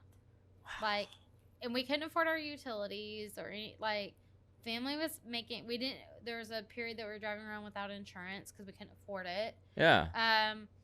It was not good. What's your mental state? I honestly struggled more in that period than I did after wanting to commit suicide. In what way? After that, because the depression hit of not wanting to get out of bed, or really, like, it felt so overwhelming that there was no way out. Like, it just felt like the bottomless abyss. Yes, yeah. Because every day you're like, it can't get worse. Like, you would literally be like, we're gonna do today's the day we're gonna turn it around. Yeah. And then you'd find out more shit. And you're like, and then it was like the commercial, but wait. No, there's more. Like, yeah. And you're like, I can't handle more. And so then it got to the point where it's like, I don't want to get out of bed. Why? Because, like, so I can get more dumped bullshit on at me. Yeah. Like, that I can't so life handle. is like really bitch slapping you at this point. Oh my God, I was life's bitch. Yeah. Like, yeah. It's like, just wow. So once again, I'm here with Monica Burke, author of PowerOn. She's a realtor out of Tulsa, Oklahoma, but PowerOn, by the time you listen to this, is available on Amazon.com and also at her website, her coaching website, which is centeredcoaching.net, N-E-T. Monica Burke with an E. And I will get you those links too. Yeah, for sure. And so she is finding herself in a trailer park. In the middle of nowhere. Getting shit thrown at her left and right. From a seedy, snaky business partner of her husband's that took off with several $100,000, and she's having to pay back close to $80,000 and getting, I mean, it's just scary. Nuts. Okay. It's scary. So does that day come where you're like, okay, we're going to do this. We're going to get out of here. Well, yes. So not over time it does. So we have to actually unenroll the kids in school. We moved to North Carolina for 2 months to live with my parents while my husband goes to school to get his Class A CDL, just so that he can get a basic job. Okay. Class A CDL is truck driving. Yep. Truck shipping. Driving. Yep. You can get a job right out of school, like before you graduate, and it pays decently. It's just not very conductive for family. Yeah, because you're always on the road. Right. But we were in desperate situation, so we got to do it. But the only reason to do that versus local is that the local program, the companies would pay for his schooling, but they own you. Yeah. And you definitely get no time off. Yeah. Whereas if we went where my mom was working, we were able to work that out to pay after schooling pretty much for it. He got to dictate where he wanted to go. Yeah. And which so jobs he wants to take. That was a huge difference. And so we do that. We literally, he graduates from school, gets his Class A CDL in North Carolina, day 1. Day 2, we drive back 18 hours back to Tulsa. Day 3, he takes a flight to Washington State for training. Like, it was mayhem. That's crazy. But before you go on, so that brings up a great point. Given 2 choices between not being able to control your own destiny and controlling your own destiny, always take the choice of being able to control your own destiny. I don't care what happens, figure it out. But that you never want to be, quote, owned by anybody. No, right? Like that was part of it, is trying to figure out what was going to be the best for our family. Yes. And not for the temporary. Because in the temporary is urgent, it's emergent. I need to fix It's an emotional decision. Yeah. But I understood, like, from all the things of, like, I need you to work this shift because I can't handle all this by myself.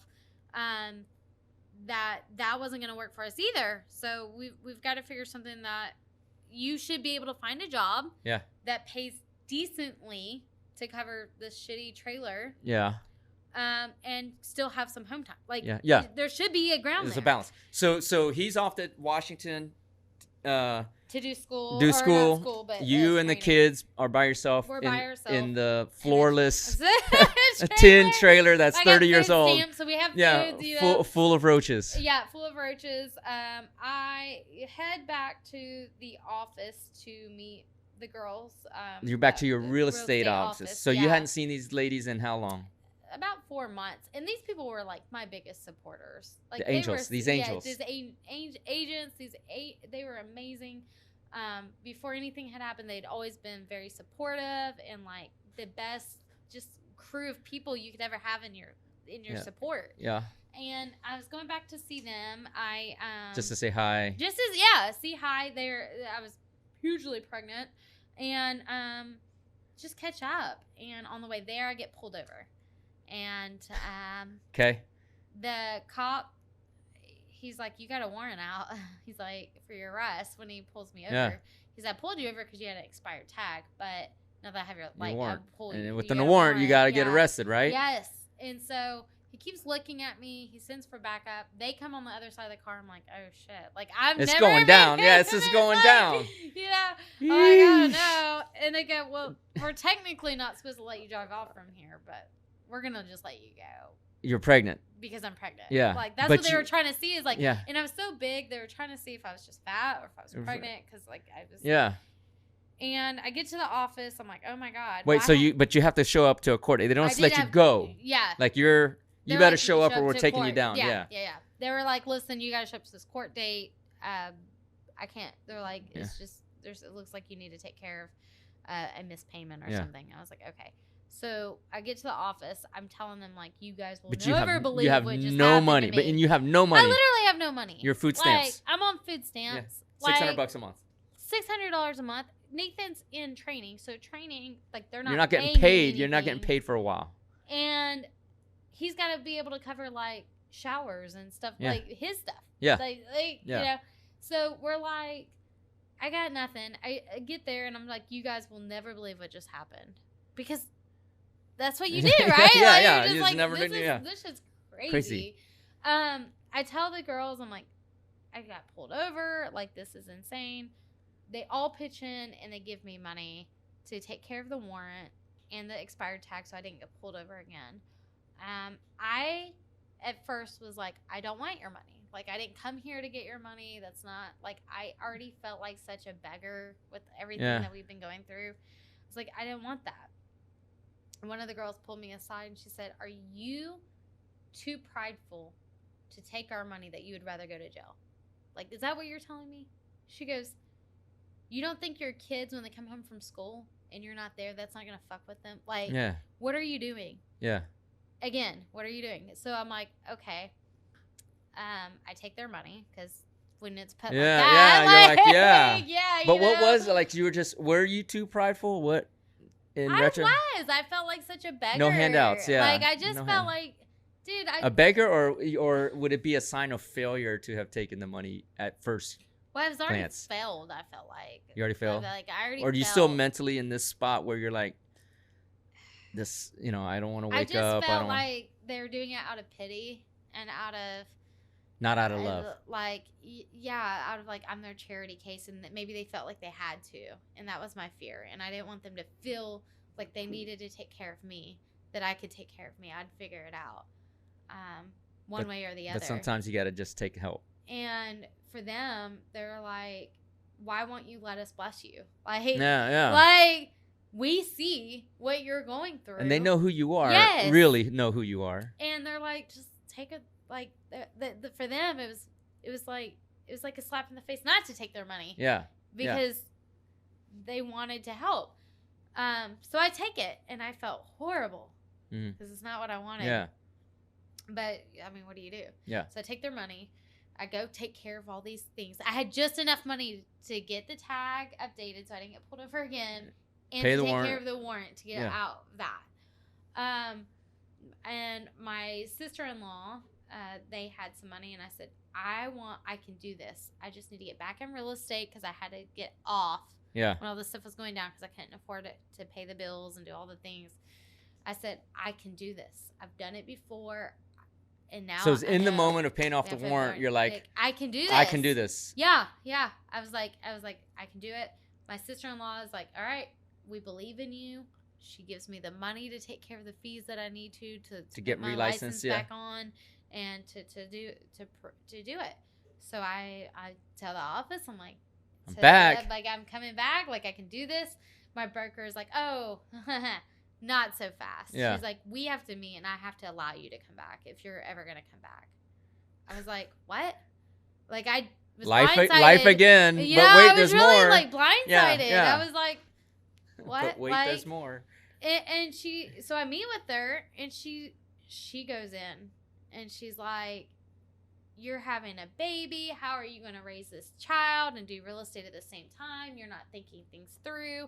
And I know you've taken money from these agents and that's not our culture. And if we will fire you if you take one more thing from another agent. Never been fired. Kind of like the conversation that guy had with your mom. Yeah. And I said, well, she's right. I was like, I had felt so shameful about taking that money. Yeah. Like, it was like the worst thing. Yeah. In my mind. And I'm getting reprimanded for taking the money. And these agents were like, I want to get you some diapers. I'm like, no, please don't. Yeah. Like, I don't want anything. Yeah. Like, I don't want anything from anyone. Please don't. Like, it's making me worse. Like, even just reliving that right now is like, it's not a good spot. No. Like, that's not well, because me. you see yourself so much better than that situation. Yeah. Like, I see you getting emotional about it, right? Yeah. So that's not, and that's not who I want to be. I don't want to be a taker. Yeah. That's not. Well, I can tell. I want to be a giver. You know. Yeah. And so she breaks me down, and I'm like, she's right. Like, I've failed horribly at this. Like, I should not do this. So she wasn't being a mean person. She's just saying, hey, look. I think she had good intent. I think it was more about protecting their business because of people coming in being so angry. Like, they didn't want to be the publicity. Got it. Of being wrapped into anything. Yeah, got it. And drama, I think it really was less about me and my situation and more about protecting their business. Like, fair enough. And I'm fair with that. Fair like, enough. To this day, I'm... In her shoes, you would probably do the same, maybe, possibly, perhaps. yeah. You know? Okay. And just to drive home a point, too, is one of the builders that this partner fucked over is one of the agent's husbands. Too close to home. Yes. Too close to home. And she's a really good producer. Yeah. So, you know what I'm saying? Like, they're going to protect their people. If that word gets around, like, you hired the wife of the dude whose partner fucked me over. Yeah. And the way she was coming at me, though, was like, I had something to do with it. Like, taking their money. I'm like, this is not my business. Understandable. Like, this had nothing to do with me. But you're married to the guy. Yeah. So it was a whole conglomerate mess. So you work all that out. And now you're back into real estate. Well, I go get a job. So I go get a job. I'm like, she's right. I failed. I'm not like welcomed in this world any. I've like burned You're still having these feelings of shame, lots of shame, not good enough. And so I go get a job doing subrogation for insurance, which just is basically collections on insurance. Back on collection, the collections deal. Yeah. I'm a temp agent for a company that works underneath this company. They're like, look, once we hire you on, this is the bonus structure, and you can make pretty decent money in bonus. I'm like, game fucking on. I got this. Let's go. Like, I gotta get my kids out of this fucking trailer park. You know? So I'm like, let's do this thing, man. And so I start, dude, I'm killing it. I'm settling hitting things numbers out. They're like, well, we don't have to pay you the bonus. Yeah, I don't have to pay you the bonus because you're a temp right now. So they kept moving out the hiring me on because they didn't want to pay me out my bonus. You're kicking ass. And my situation, I was like, y'all can fuck off. Cause like, I got tired of being fucked over. Like I'm over it. Like I choose me at this point. So I go get a different job. And when I tell them I'm quitting, they're like, well, no, we'll hire you. I'm like, no, I'm good. Yeah. Like, I'm not. At this point, I'm out. Yeah. So I go work in bail bonds. And that was fun. Like, it was different. I like tough people. I like a rougher crowd. Like, Yeah. I'm fine with that. Yeah. But You know how to handle yourself. But the owner was a little crazy. And Yeah. it was very, like, emotionally based, driven, like, how they felt that day is how they ran it that day. And that was not good for me. Like, these are the boundaries, and I will play Stability. within those boundaries. Yeah. I won't cross the boundary. I will never cross the boundary. And you'll still kick ass. But I want you to leave me the fuck alone. Yeah. You know? Yeah. But that wasn't the way. It was like, well, the boundary's here today, and tomorrow's going to be over here. Yeah. And, like, and it's very hard to work when the goalposts are moving. Yes. Right? So, and it just wasn't good for me. Like, Okay. some people can work in that. Yeah. All my, like, I can't do it. Like, I need just clear, defined responsibilities. Yes. So you're still in the trailer park. You're Still in still the trying to trailer find park. your way. Still getting food stamps, paying for my daughters. We make $100 too much a month to get for her childcare. So I'm paying for childcare costs, which are really expensive. Of course. So there's these life things, is still beating like, you down. Her childcare costs could have been a way better house to rent or mortgage or you know. But I can't. Like, can't. She's got to, like, this is what has to happen. So I go. I'm doing that. My friend reaches out to me. She's like, "What the fuck are you doing? Like, what are you doing?" It's another agent friend. Your Another agent friend. She had moved companies. And I'm like, oh, you know, just the same. Just talk about the weather. I'm great. How are you? Yeah. You know, so you're not trying to address just anything. the real issue of your circumstance. Right. You're trying to keep it kind of, close to the vest, a little embarrassed. A little embarrassed. Don't want to be seen as a failure still. And people, like, the only, after a while, the only people really reaching out were people that were wanting something. Like, they were asking for leads. Like, got it. I'll pay your referral fee if you send me some leads. Yeah. Like, no. No, like, no, I'm in the trailer park. Like what leads do I have? Like, that would be great, but no. But she's like, what the fuck are you doing, Monica? Yeah, she was you're better than this. Is she like pep talking you? Like, you're better than this. She was like, you're better than what you're doing. I don't understand what you're doing. I really don't understand. And yet again, another angel. Like, embodied. And she wasn't a part of all the inside of all the crazy. Got it. She was just on the outside. So her perspective, I needed that. Like, I needed someone that wasn't in the middle of the mess, that was just like, I can't decipher it. How the hell are you going to? Yeah. So she's like, look, just come meet with my broker. Like, just start new. So I was like, okay, if I'm going to do this, I have to go where nobody really, like, knows me or anything about any of this. Like, I wasn't a huge producer. It's kind of like a reset. Yeah. Like let me just reset. I just need to, like, reset if I'm going to do it. This is how I'm going to have to do it. So I agree. I go sign up with her new company. They're great. I am still working my job because I can't just quit. Yeah. Like, I have to, at this point, I'm like, okay, as soon as I hit what I make a month here, I'm quitting. Yeah. And doing real estate Which is a really important point. So back to my audience, which is a lot of people want to do a side hustle or make their side hustle their main thing. Yeah. And which is a noble cause. But knowing when to jump ship from your steady money is huge important. So right? for me, it's like, I didn't want the job to get in the way of my business. Yeah. So, like, there's that side of it. But I also clearly but realistically, have to the money, I have to, like, my kids are like, so I think as Andy says, is when the side gig covers your expenses and takes care of things. Now you know it's time to jump. Yeah. So for me, I was like, all right, as soon as I can replace this income, I'm jumping. The good news is I wasn't making much money. Okay. It was like it's a low bar. $2,000 It's like a low, you know, low hurdle. Like, I can do this. One house a month. I can sell this it. Yeah. house. Got it. So there's that.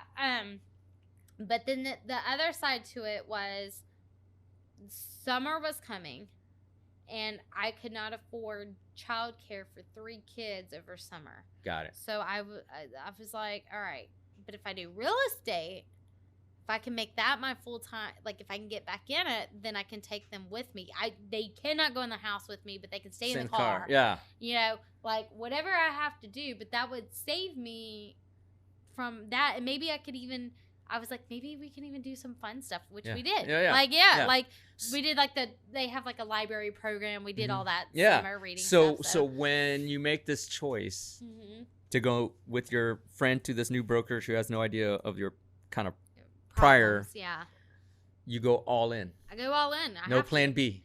So I will tell you what changed. You asked me that. I said, right before that happened, my son We were in the car. It was just me and my oldest son.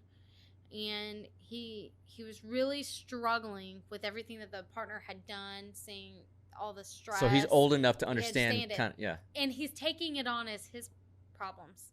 Wow. That he, like, what can I do to fix this and change this?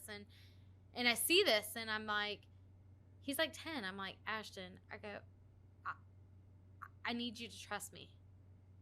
I said, listen, I want you focused in on kids stuff. I want you focused about what you're going to eat for lunch today, what you're going to do with your friends, what you're going to do after school. I said, everything else that you're worried about, that's mine. I need you to trust me. I'm going to take care of us. I'm going to get us out of this. And he looked at me. Getting emotional. Yeah, it's a big. And I said, do you trust me? And he just looked, and he's like, yeah. But it was like I got no other options. Yeah. Like I guess.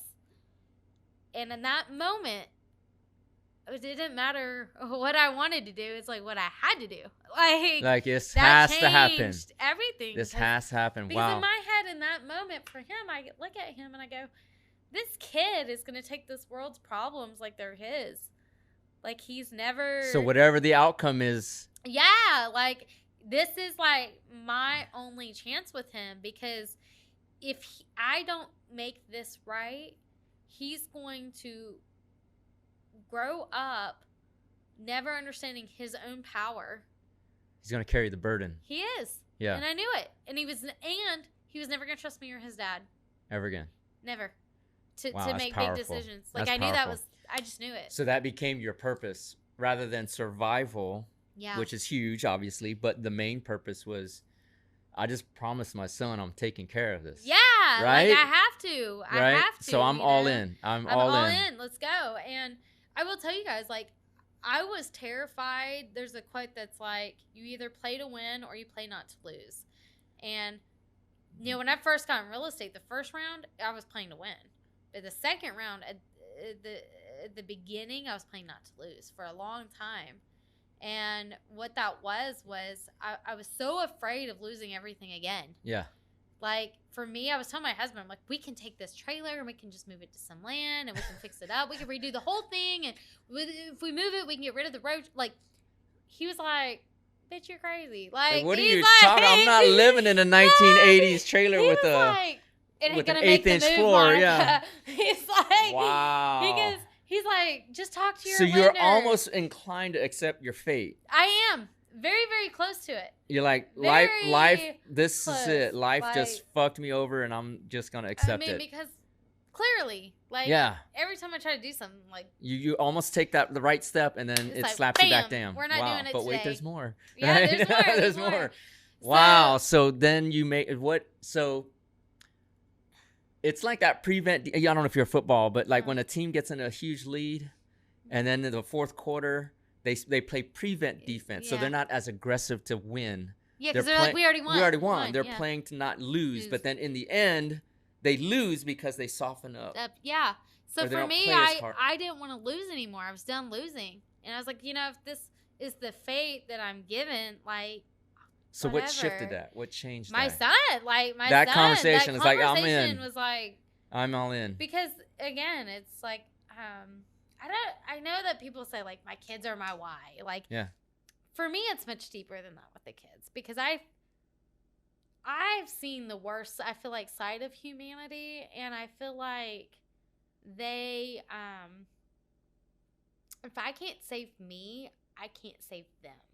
And I don't know why, but I have this huge, It's the empathic part of you. that's right? like, I need to save them, because this world, like, I do believe my stepdad's right. I do think the world is cold. And I do think cruel. it will spit you out if given the opportunity.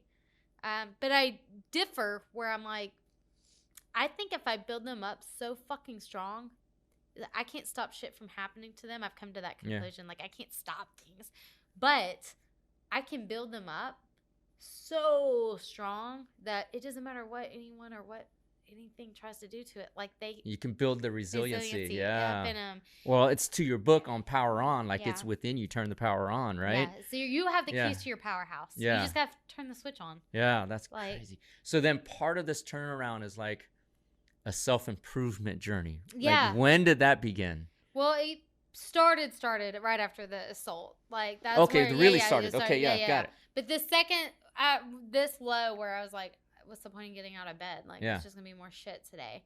That it started right when I realized, again, I'm in a position I don't want to be in. I don't want this to be the rest of my life. I had a friend at the bail bonds place telling me, she brought me to tears. Actually, she did not mean to, but she had said, "You're never gonna do more than what you're doing now.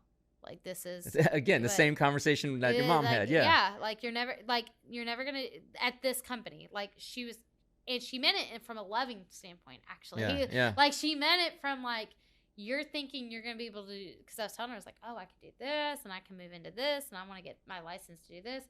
Because I was like always trying to do more, and she's like, that is never gonna happen here. Yeah. Like, I've worked here long. I'm telling you, they're lying. Like, that's never gonna happen. Yeah. And it just was, okay, like, do I accept this? And I was watching, I think it's called 'Twas the Night. It's a total pothead movie with Seth Rogen in it. I don't know. Okay, I haven't seen that. Yeah, but yeah, like, it's like Harold and Kumar. Yeah, kind of deal. It's Yeah, a Christmas yeah. one. And he says to the one that had a lot of trauma, he said, you know, what do you say to someone that has a really good excuse?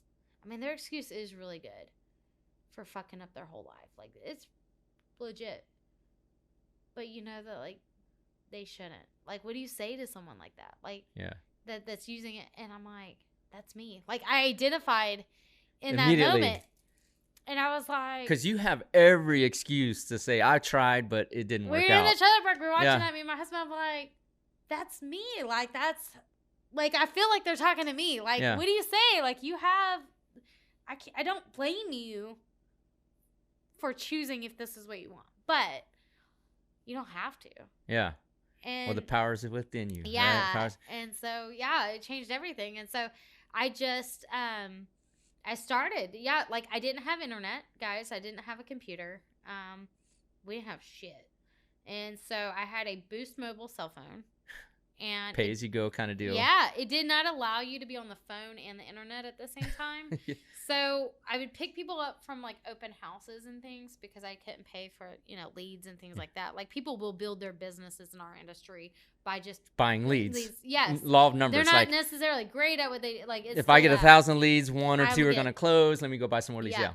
I didn't Fair have money enough, for all yeah. that. So I didn't do it that way. It was like, I'm gonna Organic. do it with the organic reaches. Yeah. Yeah. But my thing is like this, and I'm a shark, guys. Like, I will tell you, if a buyer is not represented, I am a very fair person. If someone comes in and they're like, hey, I'm working with Non, I'll be like, Non is great. Like, I don't even have to know you, and I'll be like, you're in great hands. Yeah. Because I'm not going to talk trash about anybody else. And honestly, I don't have to steal people to have a good business. Like, that's not how I built my business. I don't need to. So, but I will tell you this. If someone comes through my open house and they're not represented, they're mine. You Like, take you them. got to know that. Yeah. Like, no, nothing against nobody else. They're mine. That's or, business. It's like, business. Or it's if they're like, I'm opportunity. not happy and I didn't sign an agreement, they're mine. Yeah. Like, I'm going to make them happy at that point. Like, I only have one rule. I don't work with jerks. That's my only rule. I won't do it. It's not worth the mental space. I've done it. You'll find as you progressively get more and more successful, your tolerance for jerks and doing business well. Sometimes you'll take the hit, but more often than not, I'll it's take not. a needy It's definitely person worth it. that's Not definitely worth it. Yeah. I can deal with all kind of I can deal with a lot, but I don't work with jerks. Yeah. Like, it's just, I won't do it. Yeah. I don't have to. Not worth it. And so you've rebuilt yourself clearly. Yeah. You're on the track. I'm on this track. I'm starting to do it. So when people would call me about a house, that, like, I pick them up at an open house and they got questions, I would let it go to voicemail because if they call me, I can't, like, look up what they're talking about. So I would let it go to voicemail. I would text them as soon as it went to voicemail and say, hey, I'm in a meeting.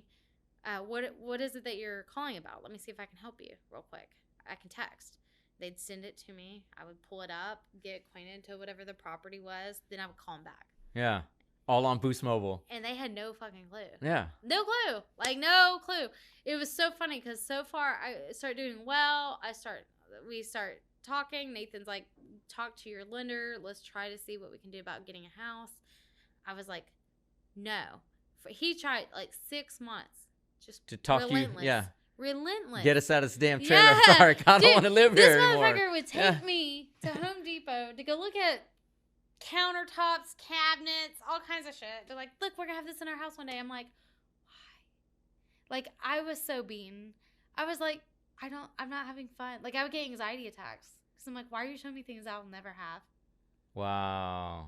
But he's like, amazing. And he's just like, no, you need, like, I need you to dream. Like, I need you to come back. Yeah. Like, I need you back, you know? So he never gave up on that. But he's like, he stayed on me. It's just like, I need, like, let's just see. Like, you haven't even just see. You know he's not going to judge you. You know your lender personally. Like, he knows the story. Just, let's see what he says. So I did. And he's like, well, all we have to do. Yeah, all we have to do is this, that, and that. And you're in a new home. Yeah. And I was like, that's it? no. See, I literally only did it eventually because my husband wore me down so much so that it would appease him.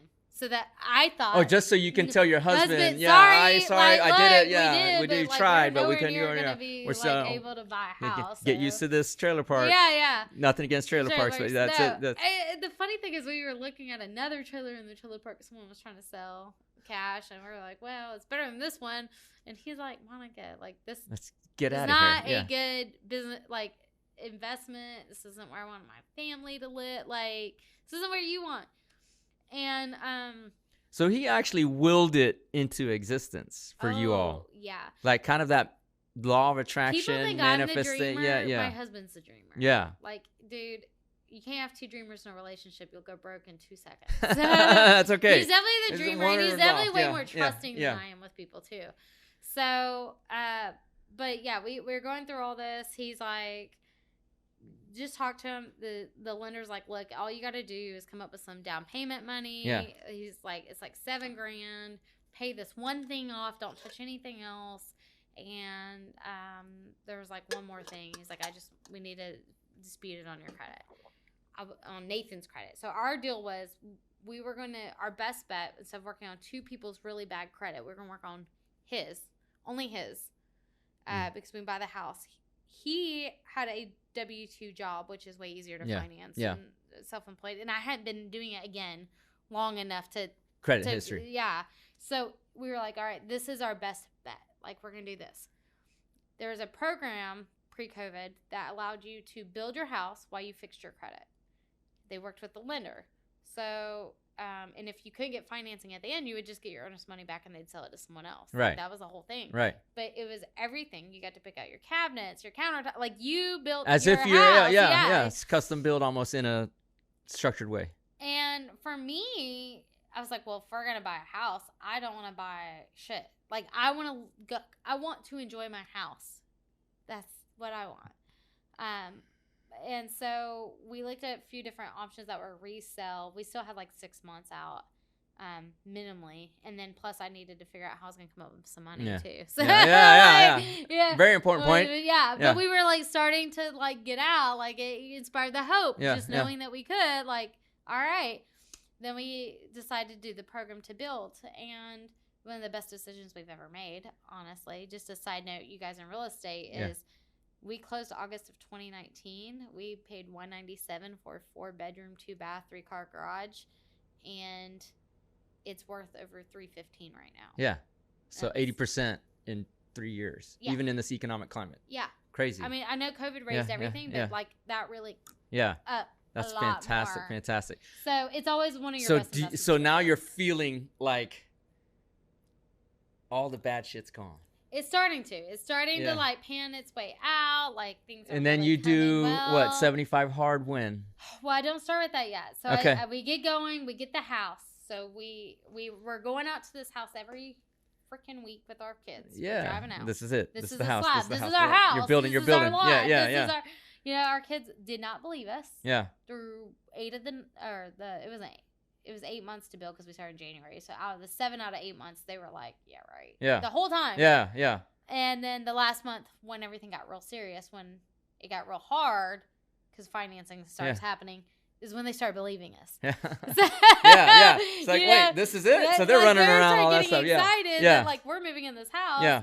And then shit's starting to really hit the fan. Like, one of the companies, the concrete companies, came back on Nathan, and this time won a Oh, so judgment life is against still him. coming back at Yeah. you. Okay, We wow. did a judgment against him. So the lender's like, you can't have a judgment. You got to settle that. So I settle it, like, just throwing money, Yeah. paying people off. Make just it happen. trying Just to, make it like, happen. Just make it yeah, happen. like, and I remember when I signed the earnest money check, I was shaking because I was like, in my head, I'm like, you're such an idiot because I don't even know how you're going to pay for this. Like, the earnest money check, I was literally like, can you hold it for a couple of weeks? Yeah, it's like that. It's that tight. It's that tight. Like, yeah. And I only had one deal, and I didn't, like, we went through this period where I was trying so hard to get to sell, but nothing was kind of moving. It was just one of those weird spots. So ultimately, though, you're still banking still on yourself. going through it. But you're still going through it, but you're banking on yourself this whole time. Yeah. I like shaking, signing the earnest money check. Don't know, but you know, the night before the earnest money check, I had to turn it in. I could not find the checkbook, and we didn't even have a bank account, by the way. So because of the business and everything, like, nobody would give us a bank account. Yeah. And we had to open one, like a fresh start one. Yeah. So we were paying shit in cash Everything, everywhere you go. because we couldn't get one. Yeah. Like, and so we found someone that we knew that, like, allowed, overrode it, Yeah. let us get a bank, like, but they didn't allow us to have checks to that account. They didn't allow, like, it was like as hard as it could get. Yeah. You're set. But we had to have it for financing, so we're like, okay. That's crazy. So you move. When do you feel totally like the curse is lifted, so to speak? Probably when we closed. When we actually closed on the house, everything changed. Just it feels like everything was panning out, and I had proven to myself that I could do hard things again, and I proved to myself my business took off because I had to pay the shit. Like, you know what I mean? So like, it's kind of like, though, but so you create this need. Yeah. Because you're such a good problem solver. Oh, thank you. Yeah, no, it seems that way. So, I mean, the whole course of the thing. Yeah. You take the hit, but then you solve the problem and come back. You take another hit. Like, that's the theme of your life, so to speak. So now... For sure. It's like, how can we go around this for something else? You know? So now you've created this mortgage that you're like, fuck, I've lost it all before multiple times. I don't want to lose this. I promised my son...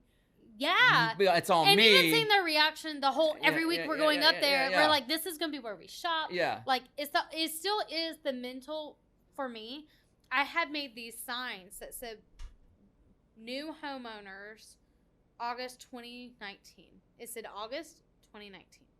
And I had made a collage of, like, vision the board. house that I would It's a vision want. board, yeah. Yeah, like, it wasn't even the house that we were building. Because I started it before we found the house. Got it. Yeah. So I was like, this is what, and I just made it on a PowerPoint 1-page thing, and I printed like 20 of those bitches out, and they were literally all over the house. All over the trailer house. On the front door. You're patching holes on the floor with it, right? Like, seriously, it was everywhere. Like, you would have thought we were insane. That's crazy because you manifested this into reality. I would daydream about I would daydream literally about my life. Okay, when we picked the house, when it was being built, I would be like, up, look, I would do the whole Mel Robbins thing. Up, look, there's me in my car at the driveway. Up, look, there's me coming in. Up, look, there's the kids. But I think that visualization caused you to go into action. Yes, when it got hard. So this is where it saved my ass. Yeah, which is a huge lesson, ladies and gentlemen. Listen to this. When it got hard, our car broke down, but we couldn't go finance another car. But I don't really have money to fix this car. Like, what do you do? And those situations that kept coming up. But ultimately, at the end of everything was, how do I problem solve this? But I don't jeopardize what we want most. Like, at the end of the day. The big vision goal. Yeah. Yes. Like, how... Okay, well, they're literally building my house. And if we don't close on this house, my kids will never trust me again. Like, again, it's that, like, I've promised them this thing. I told them I'm going to get them out of this. I made this promise. Yeah. And so the vision, all it did is saved my ass because it made it so real that how do I say no to that? Yeah. Like, Yeah. and I'll use it in both ways. I'll use it like, look, there's us in our happy new home and all these things. But I'll also envision trying to have that conversation with my kids. Yeah. About And the opposite, when it's hard. Like, sorry, I didn't do what I was supposed to do. Yeah, and, we're not going to move in this house that I promised you to move into. And that, like, to this day in business, listen, I don't think it gets easier. Every level you go up, and you know this, is it gets harder, actually, because it's not just my family that's counting on me and what I do with my money. It's other people. It's other people, yeah. And their families. Well, I've got 20 people in my law firm and other businesses that I take personal and I tell them in our staff meetings, like, this is my family. Like, my family grew by you and your family because I cut your check, which supports you. Yeah. So I feel that way with my assistant, my team, like my teammates, and like I feel that. Yes. I feel that pressure. Like, yeah. I take it serious. So when I started a team, I hired a coach. That's the first time I hired a business coach that changed everything too. I only started. What's her name? Just to give her some props. Kelly Kilmer. Kelly Kilmer. Yep. Kelly's amazing. Okay. She does she owns several businesses and things too. Like, but that's she's good. Pretty awesome. And to that point, to my audience, if you're a basketball person or whatever, if Steph Curry or LeBron James or whoever, the greatest of the great professionals, if they have individual personal coaches, why can't you? No, right? Why can't you? Best thing. And here's the thing: is like, I didn't think that I had confidence issues because I can fake it. Yeah, I'm really good at that. But she survival though picked up. She built a lot of my confidence. The real authentic, like, seriously, within your that authentic business of confidence. Like knowing, yeah, like it's. And so I've just told her a couple of months ago, actually. So once again, sorry, finish that thought. You're good. Once again, here with Monica Burke, her new book, first book. Congratulations, by the way, on writing your book, which I will get a copy of. I haven't read it yet because it's in pre-publication. But by the time you listen to this podcast, it'll be available at Amazon.com, of course, and then also her personal website, centeredcoaching.net. So we're running short on time, so I want to fast forward to why the book. Why the book? Okay, so all of these things, guys, I feel like we're all the underdogs of our own story. We've all been dealt a shitty hand in some form or fashion. Maybe yours started at birth. Yeah, right? Like, we've all, like, there's not a human on this earth that has not been dealt a shitty hand at some point.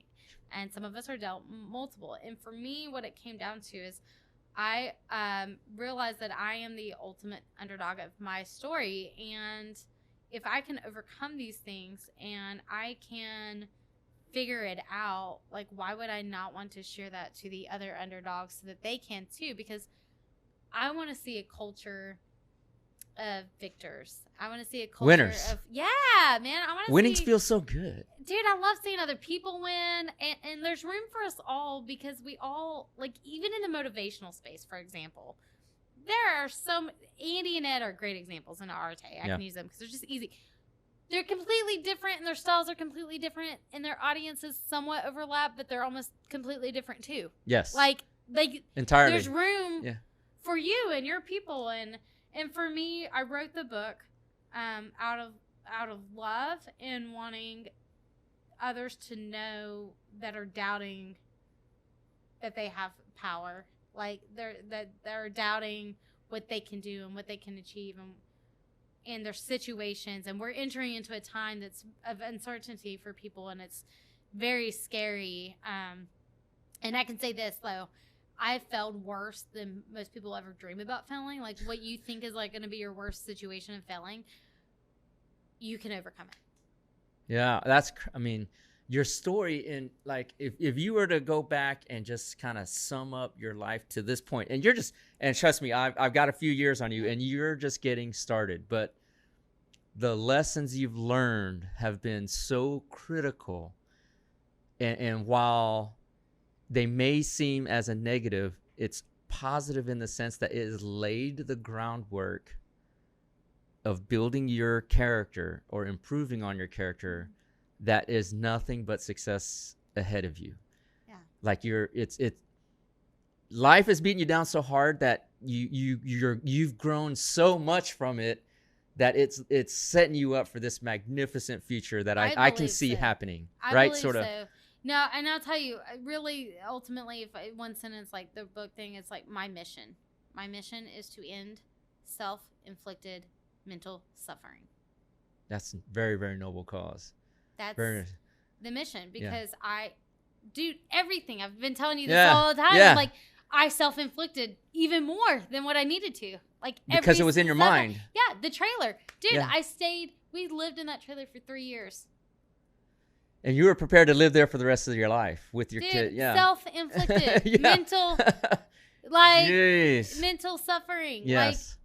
Like, the situation with this partner, one thing that we said is we go, it wasn't just that. That's what people don't get. Like, you see this and you think, the guy that stole the money. Yeah. It wasn't just that. It was the million little decisions afterwards.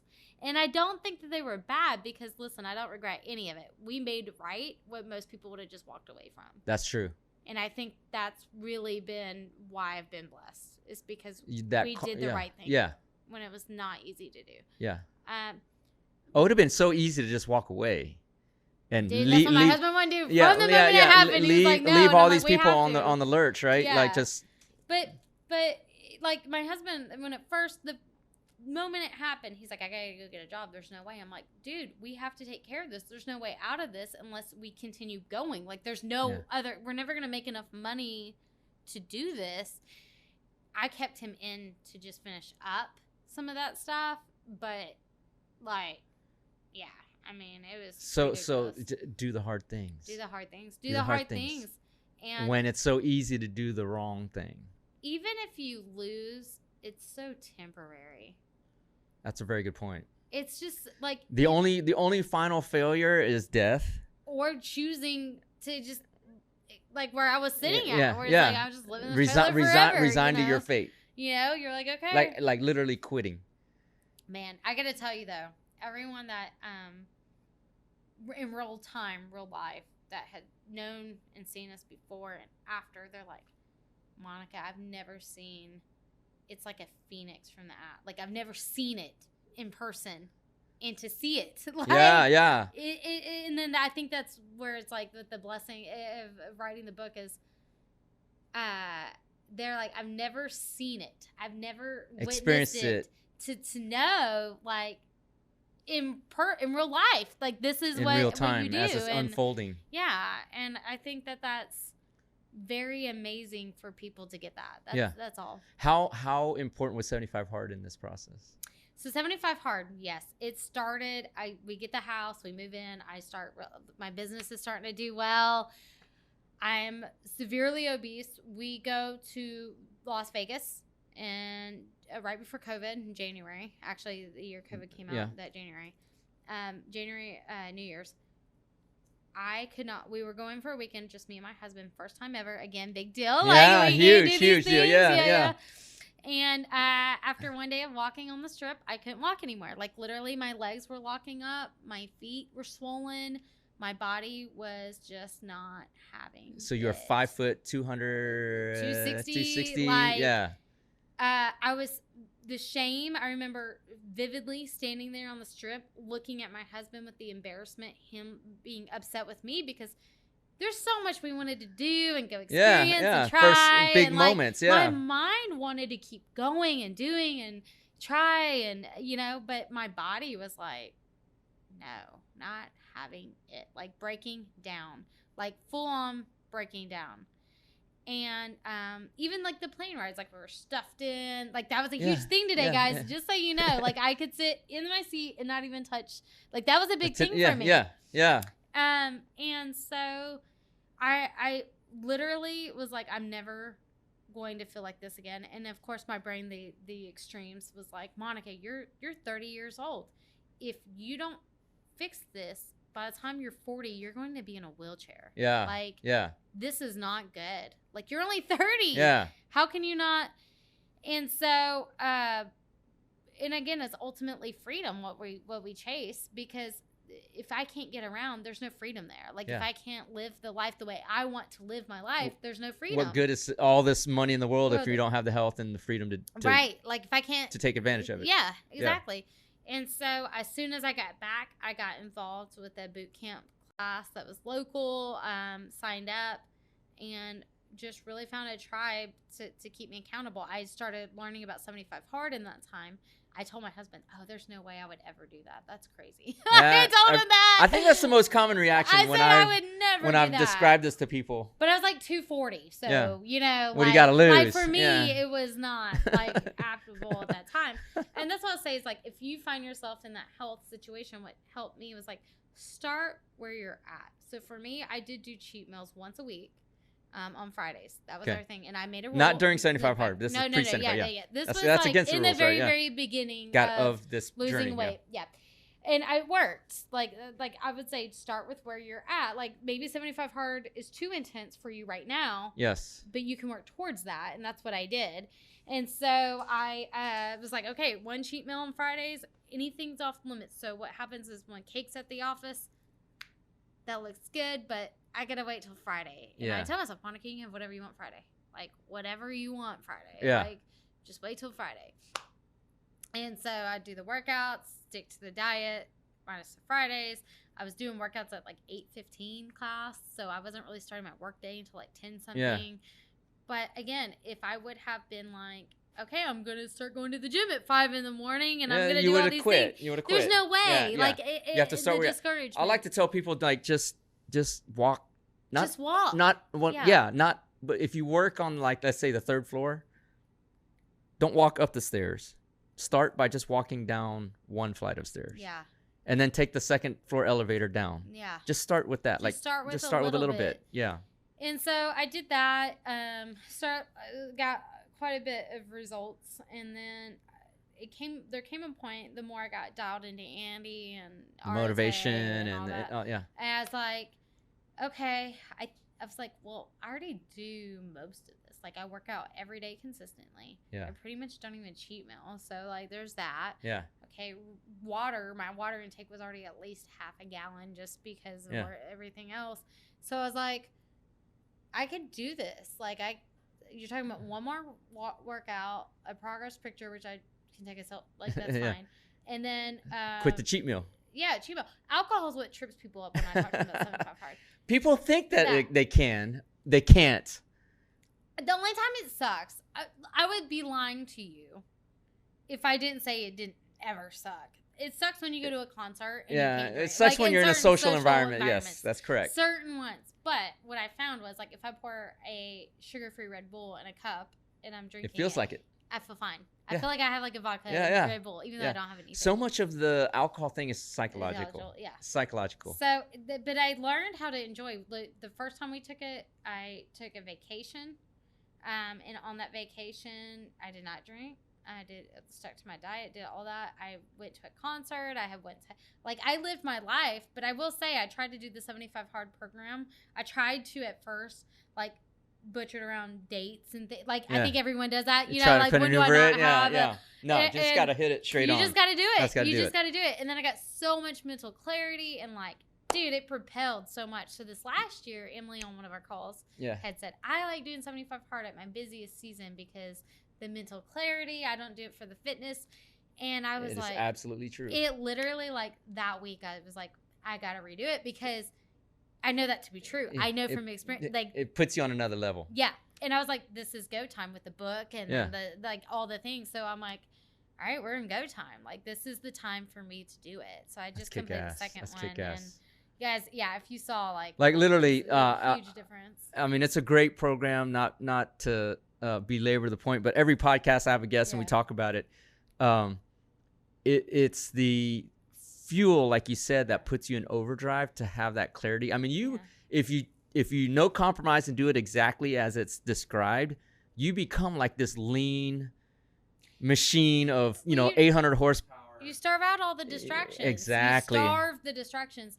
And it gets so much easier telling people no. It's so funny. Every time after I end 75 hard, everybody's like, well, how are you going to celebrate? Let's go celebrate. How are you going to celebrate? Or what are you going to keep doing? And every time I'll be like, oh, I'm going to work out consistently every day with the two. There's no reason we can't go for another walk. Dude, I haven't even, like, unless you put yourself in a mental space where you're like, I have to do this. Yes. You're not going to do it. Yeah. Well, I think for people like us, it's having those goals and the checklist. Yeah. Like I gotta check. So when I'm and on done. 75 hard, it's so easy for me Yeah, because yeah. I'm like, I got to. But when I'm not, like, just to make myself do. There's a quote I read. It said, "I work well under pressure because if there's no pressure, I don't work." Yeah, that's me. true. That's me. That's true. It's like, high achievers mostly, you wouldn't believe it, are kind of lazy. Yeah. Until they have something to shoot for, and then they're in the corner. I'm gonna about swinging. So just to let you know, there's several Irite members that are gonna start 75 hard, probably early December. Okay. If you're interested, I'll let you know. All right, let me know. But any parting words? This has been such an inspirational story. Like, I can't imagine being in your shoes and having responded as well as you did. Oh, thanks. I mean, and like you know, and the people that know me, they know me. Yeah. They don't call me Ninja for no reason. But it's such an inspiring story. The book is PowerOn. You have to read it, guys. There's so many great tidbits in there, and I will tell you this: with writing, most people, you got two different types of writers with today's technology. You have the voice to text books that basically where someone's like, I can write a book. Let me just voice to text the whole book. You just don't you don't use the same part of your brain because you tend to ramble and you tend to. But when you have to sit down and you have to write through it, you have to relive it, a lot of it. Yeah. And that's what I did for 2 years. So it is worth the read, even with what is in that, like the content, the way it's written, the way, like there's so much care and love put into that with the reader in mind. And I really try to make it less about me and more about them. And what they can learn from and your do. life story, but apply directly to themselves. Correct. I'm excited to read it. I'm looking forward to reading it. PowerOn by Monica Burke, Burke. Look it up on Amazon starting November 1st, but which by the time you listen to this, it'll be like November 5th or something. Her website is centeredcoaching.net. And once again, all your social is what? If people want to find you? Just Monica Burke on Facebook, and on Instagram, it's Monica Burke PowerOn. So if you just add PowerOn to the end of your name, even Instagram. If you search probably in Facebook, Monica Burke PowerOn, it'll be right there because I've posted a lot about it. So. And for those of y'all who are not in a mastermind, we highly encourage joining like a Rite Syndicate or any other kind of virtual or in real life person group.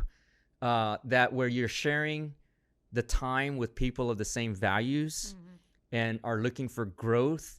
It is so supportive and non-judgmental that you'll naturally elevate your game to that next level wherever you're at starting and wherever you want to go. Masterminds are a wonderful way to help achieve that. That's how we met. That's how I get to learn from your life experience. And thank you so much for coming in to share your story. Thank you. Thank you so much. Honored to have you here. And believe me when I say you're just getting started, girl. You're just getting started. So I'm looking forward to keeping track of your career and how you're going to grow. It's going to be an exciting time. The best is yet to come, I feel, for you. The trauma, I'm just visualizing this trailer park with holes in the floor for your family. So it was horrible. Yeah. Like, okay, guys, I will tell you this with the trailer park. Okay. Quick.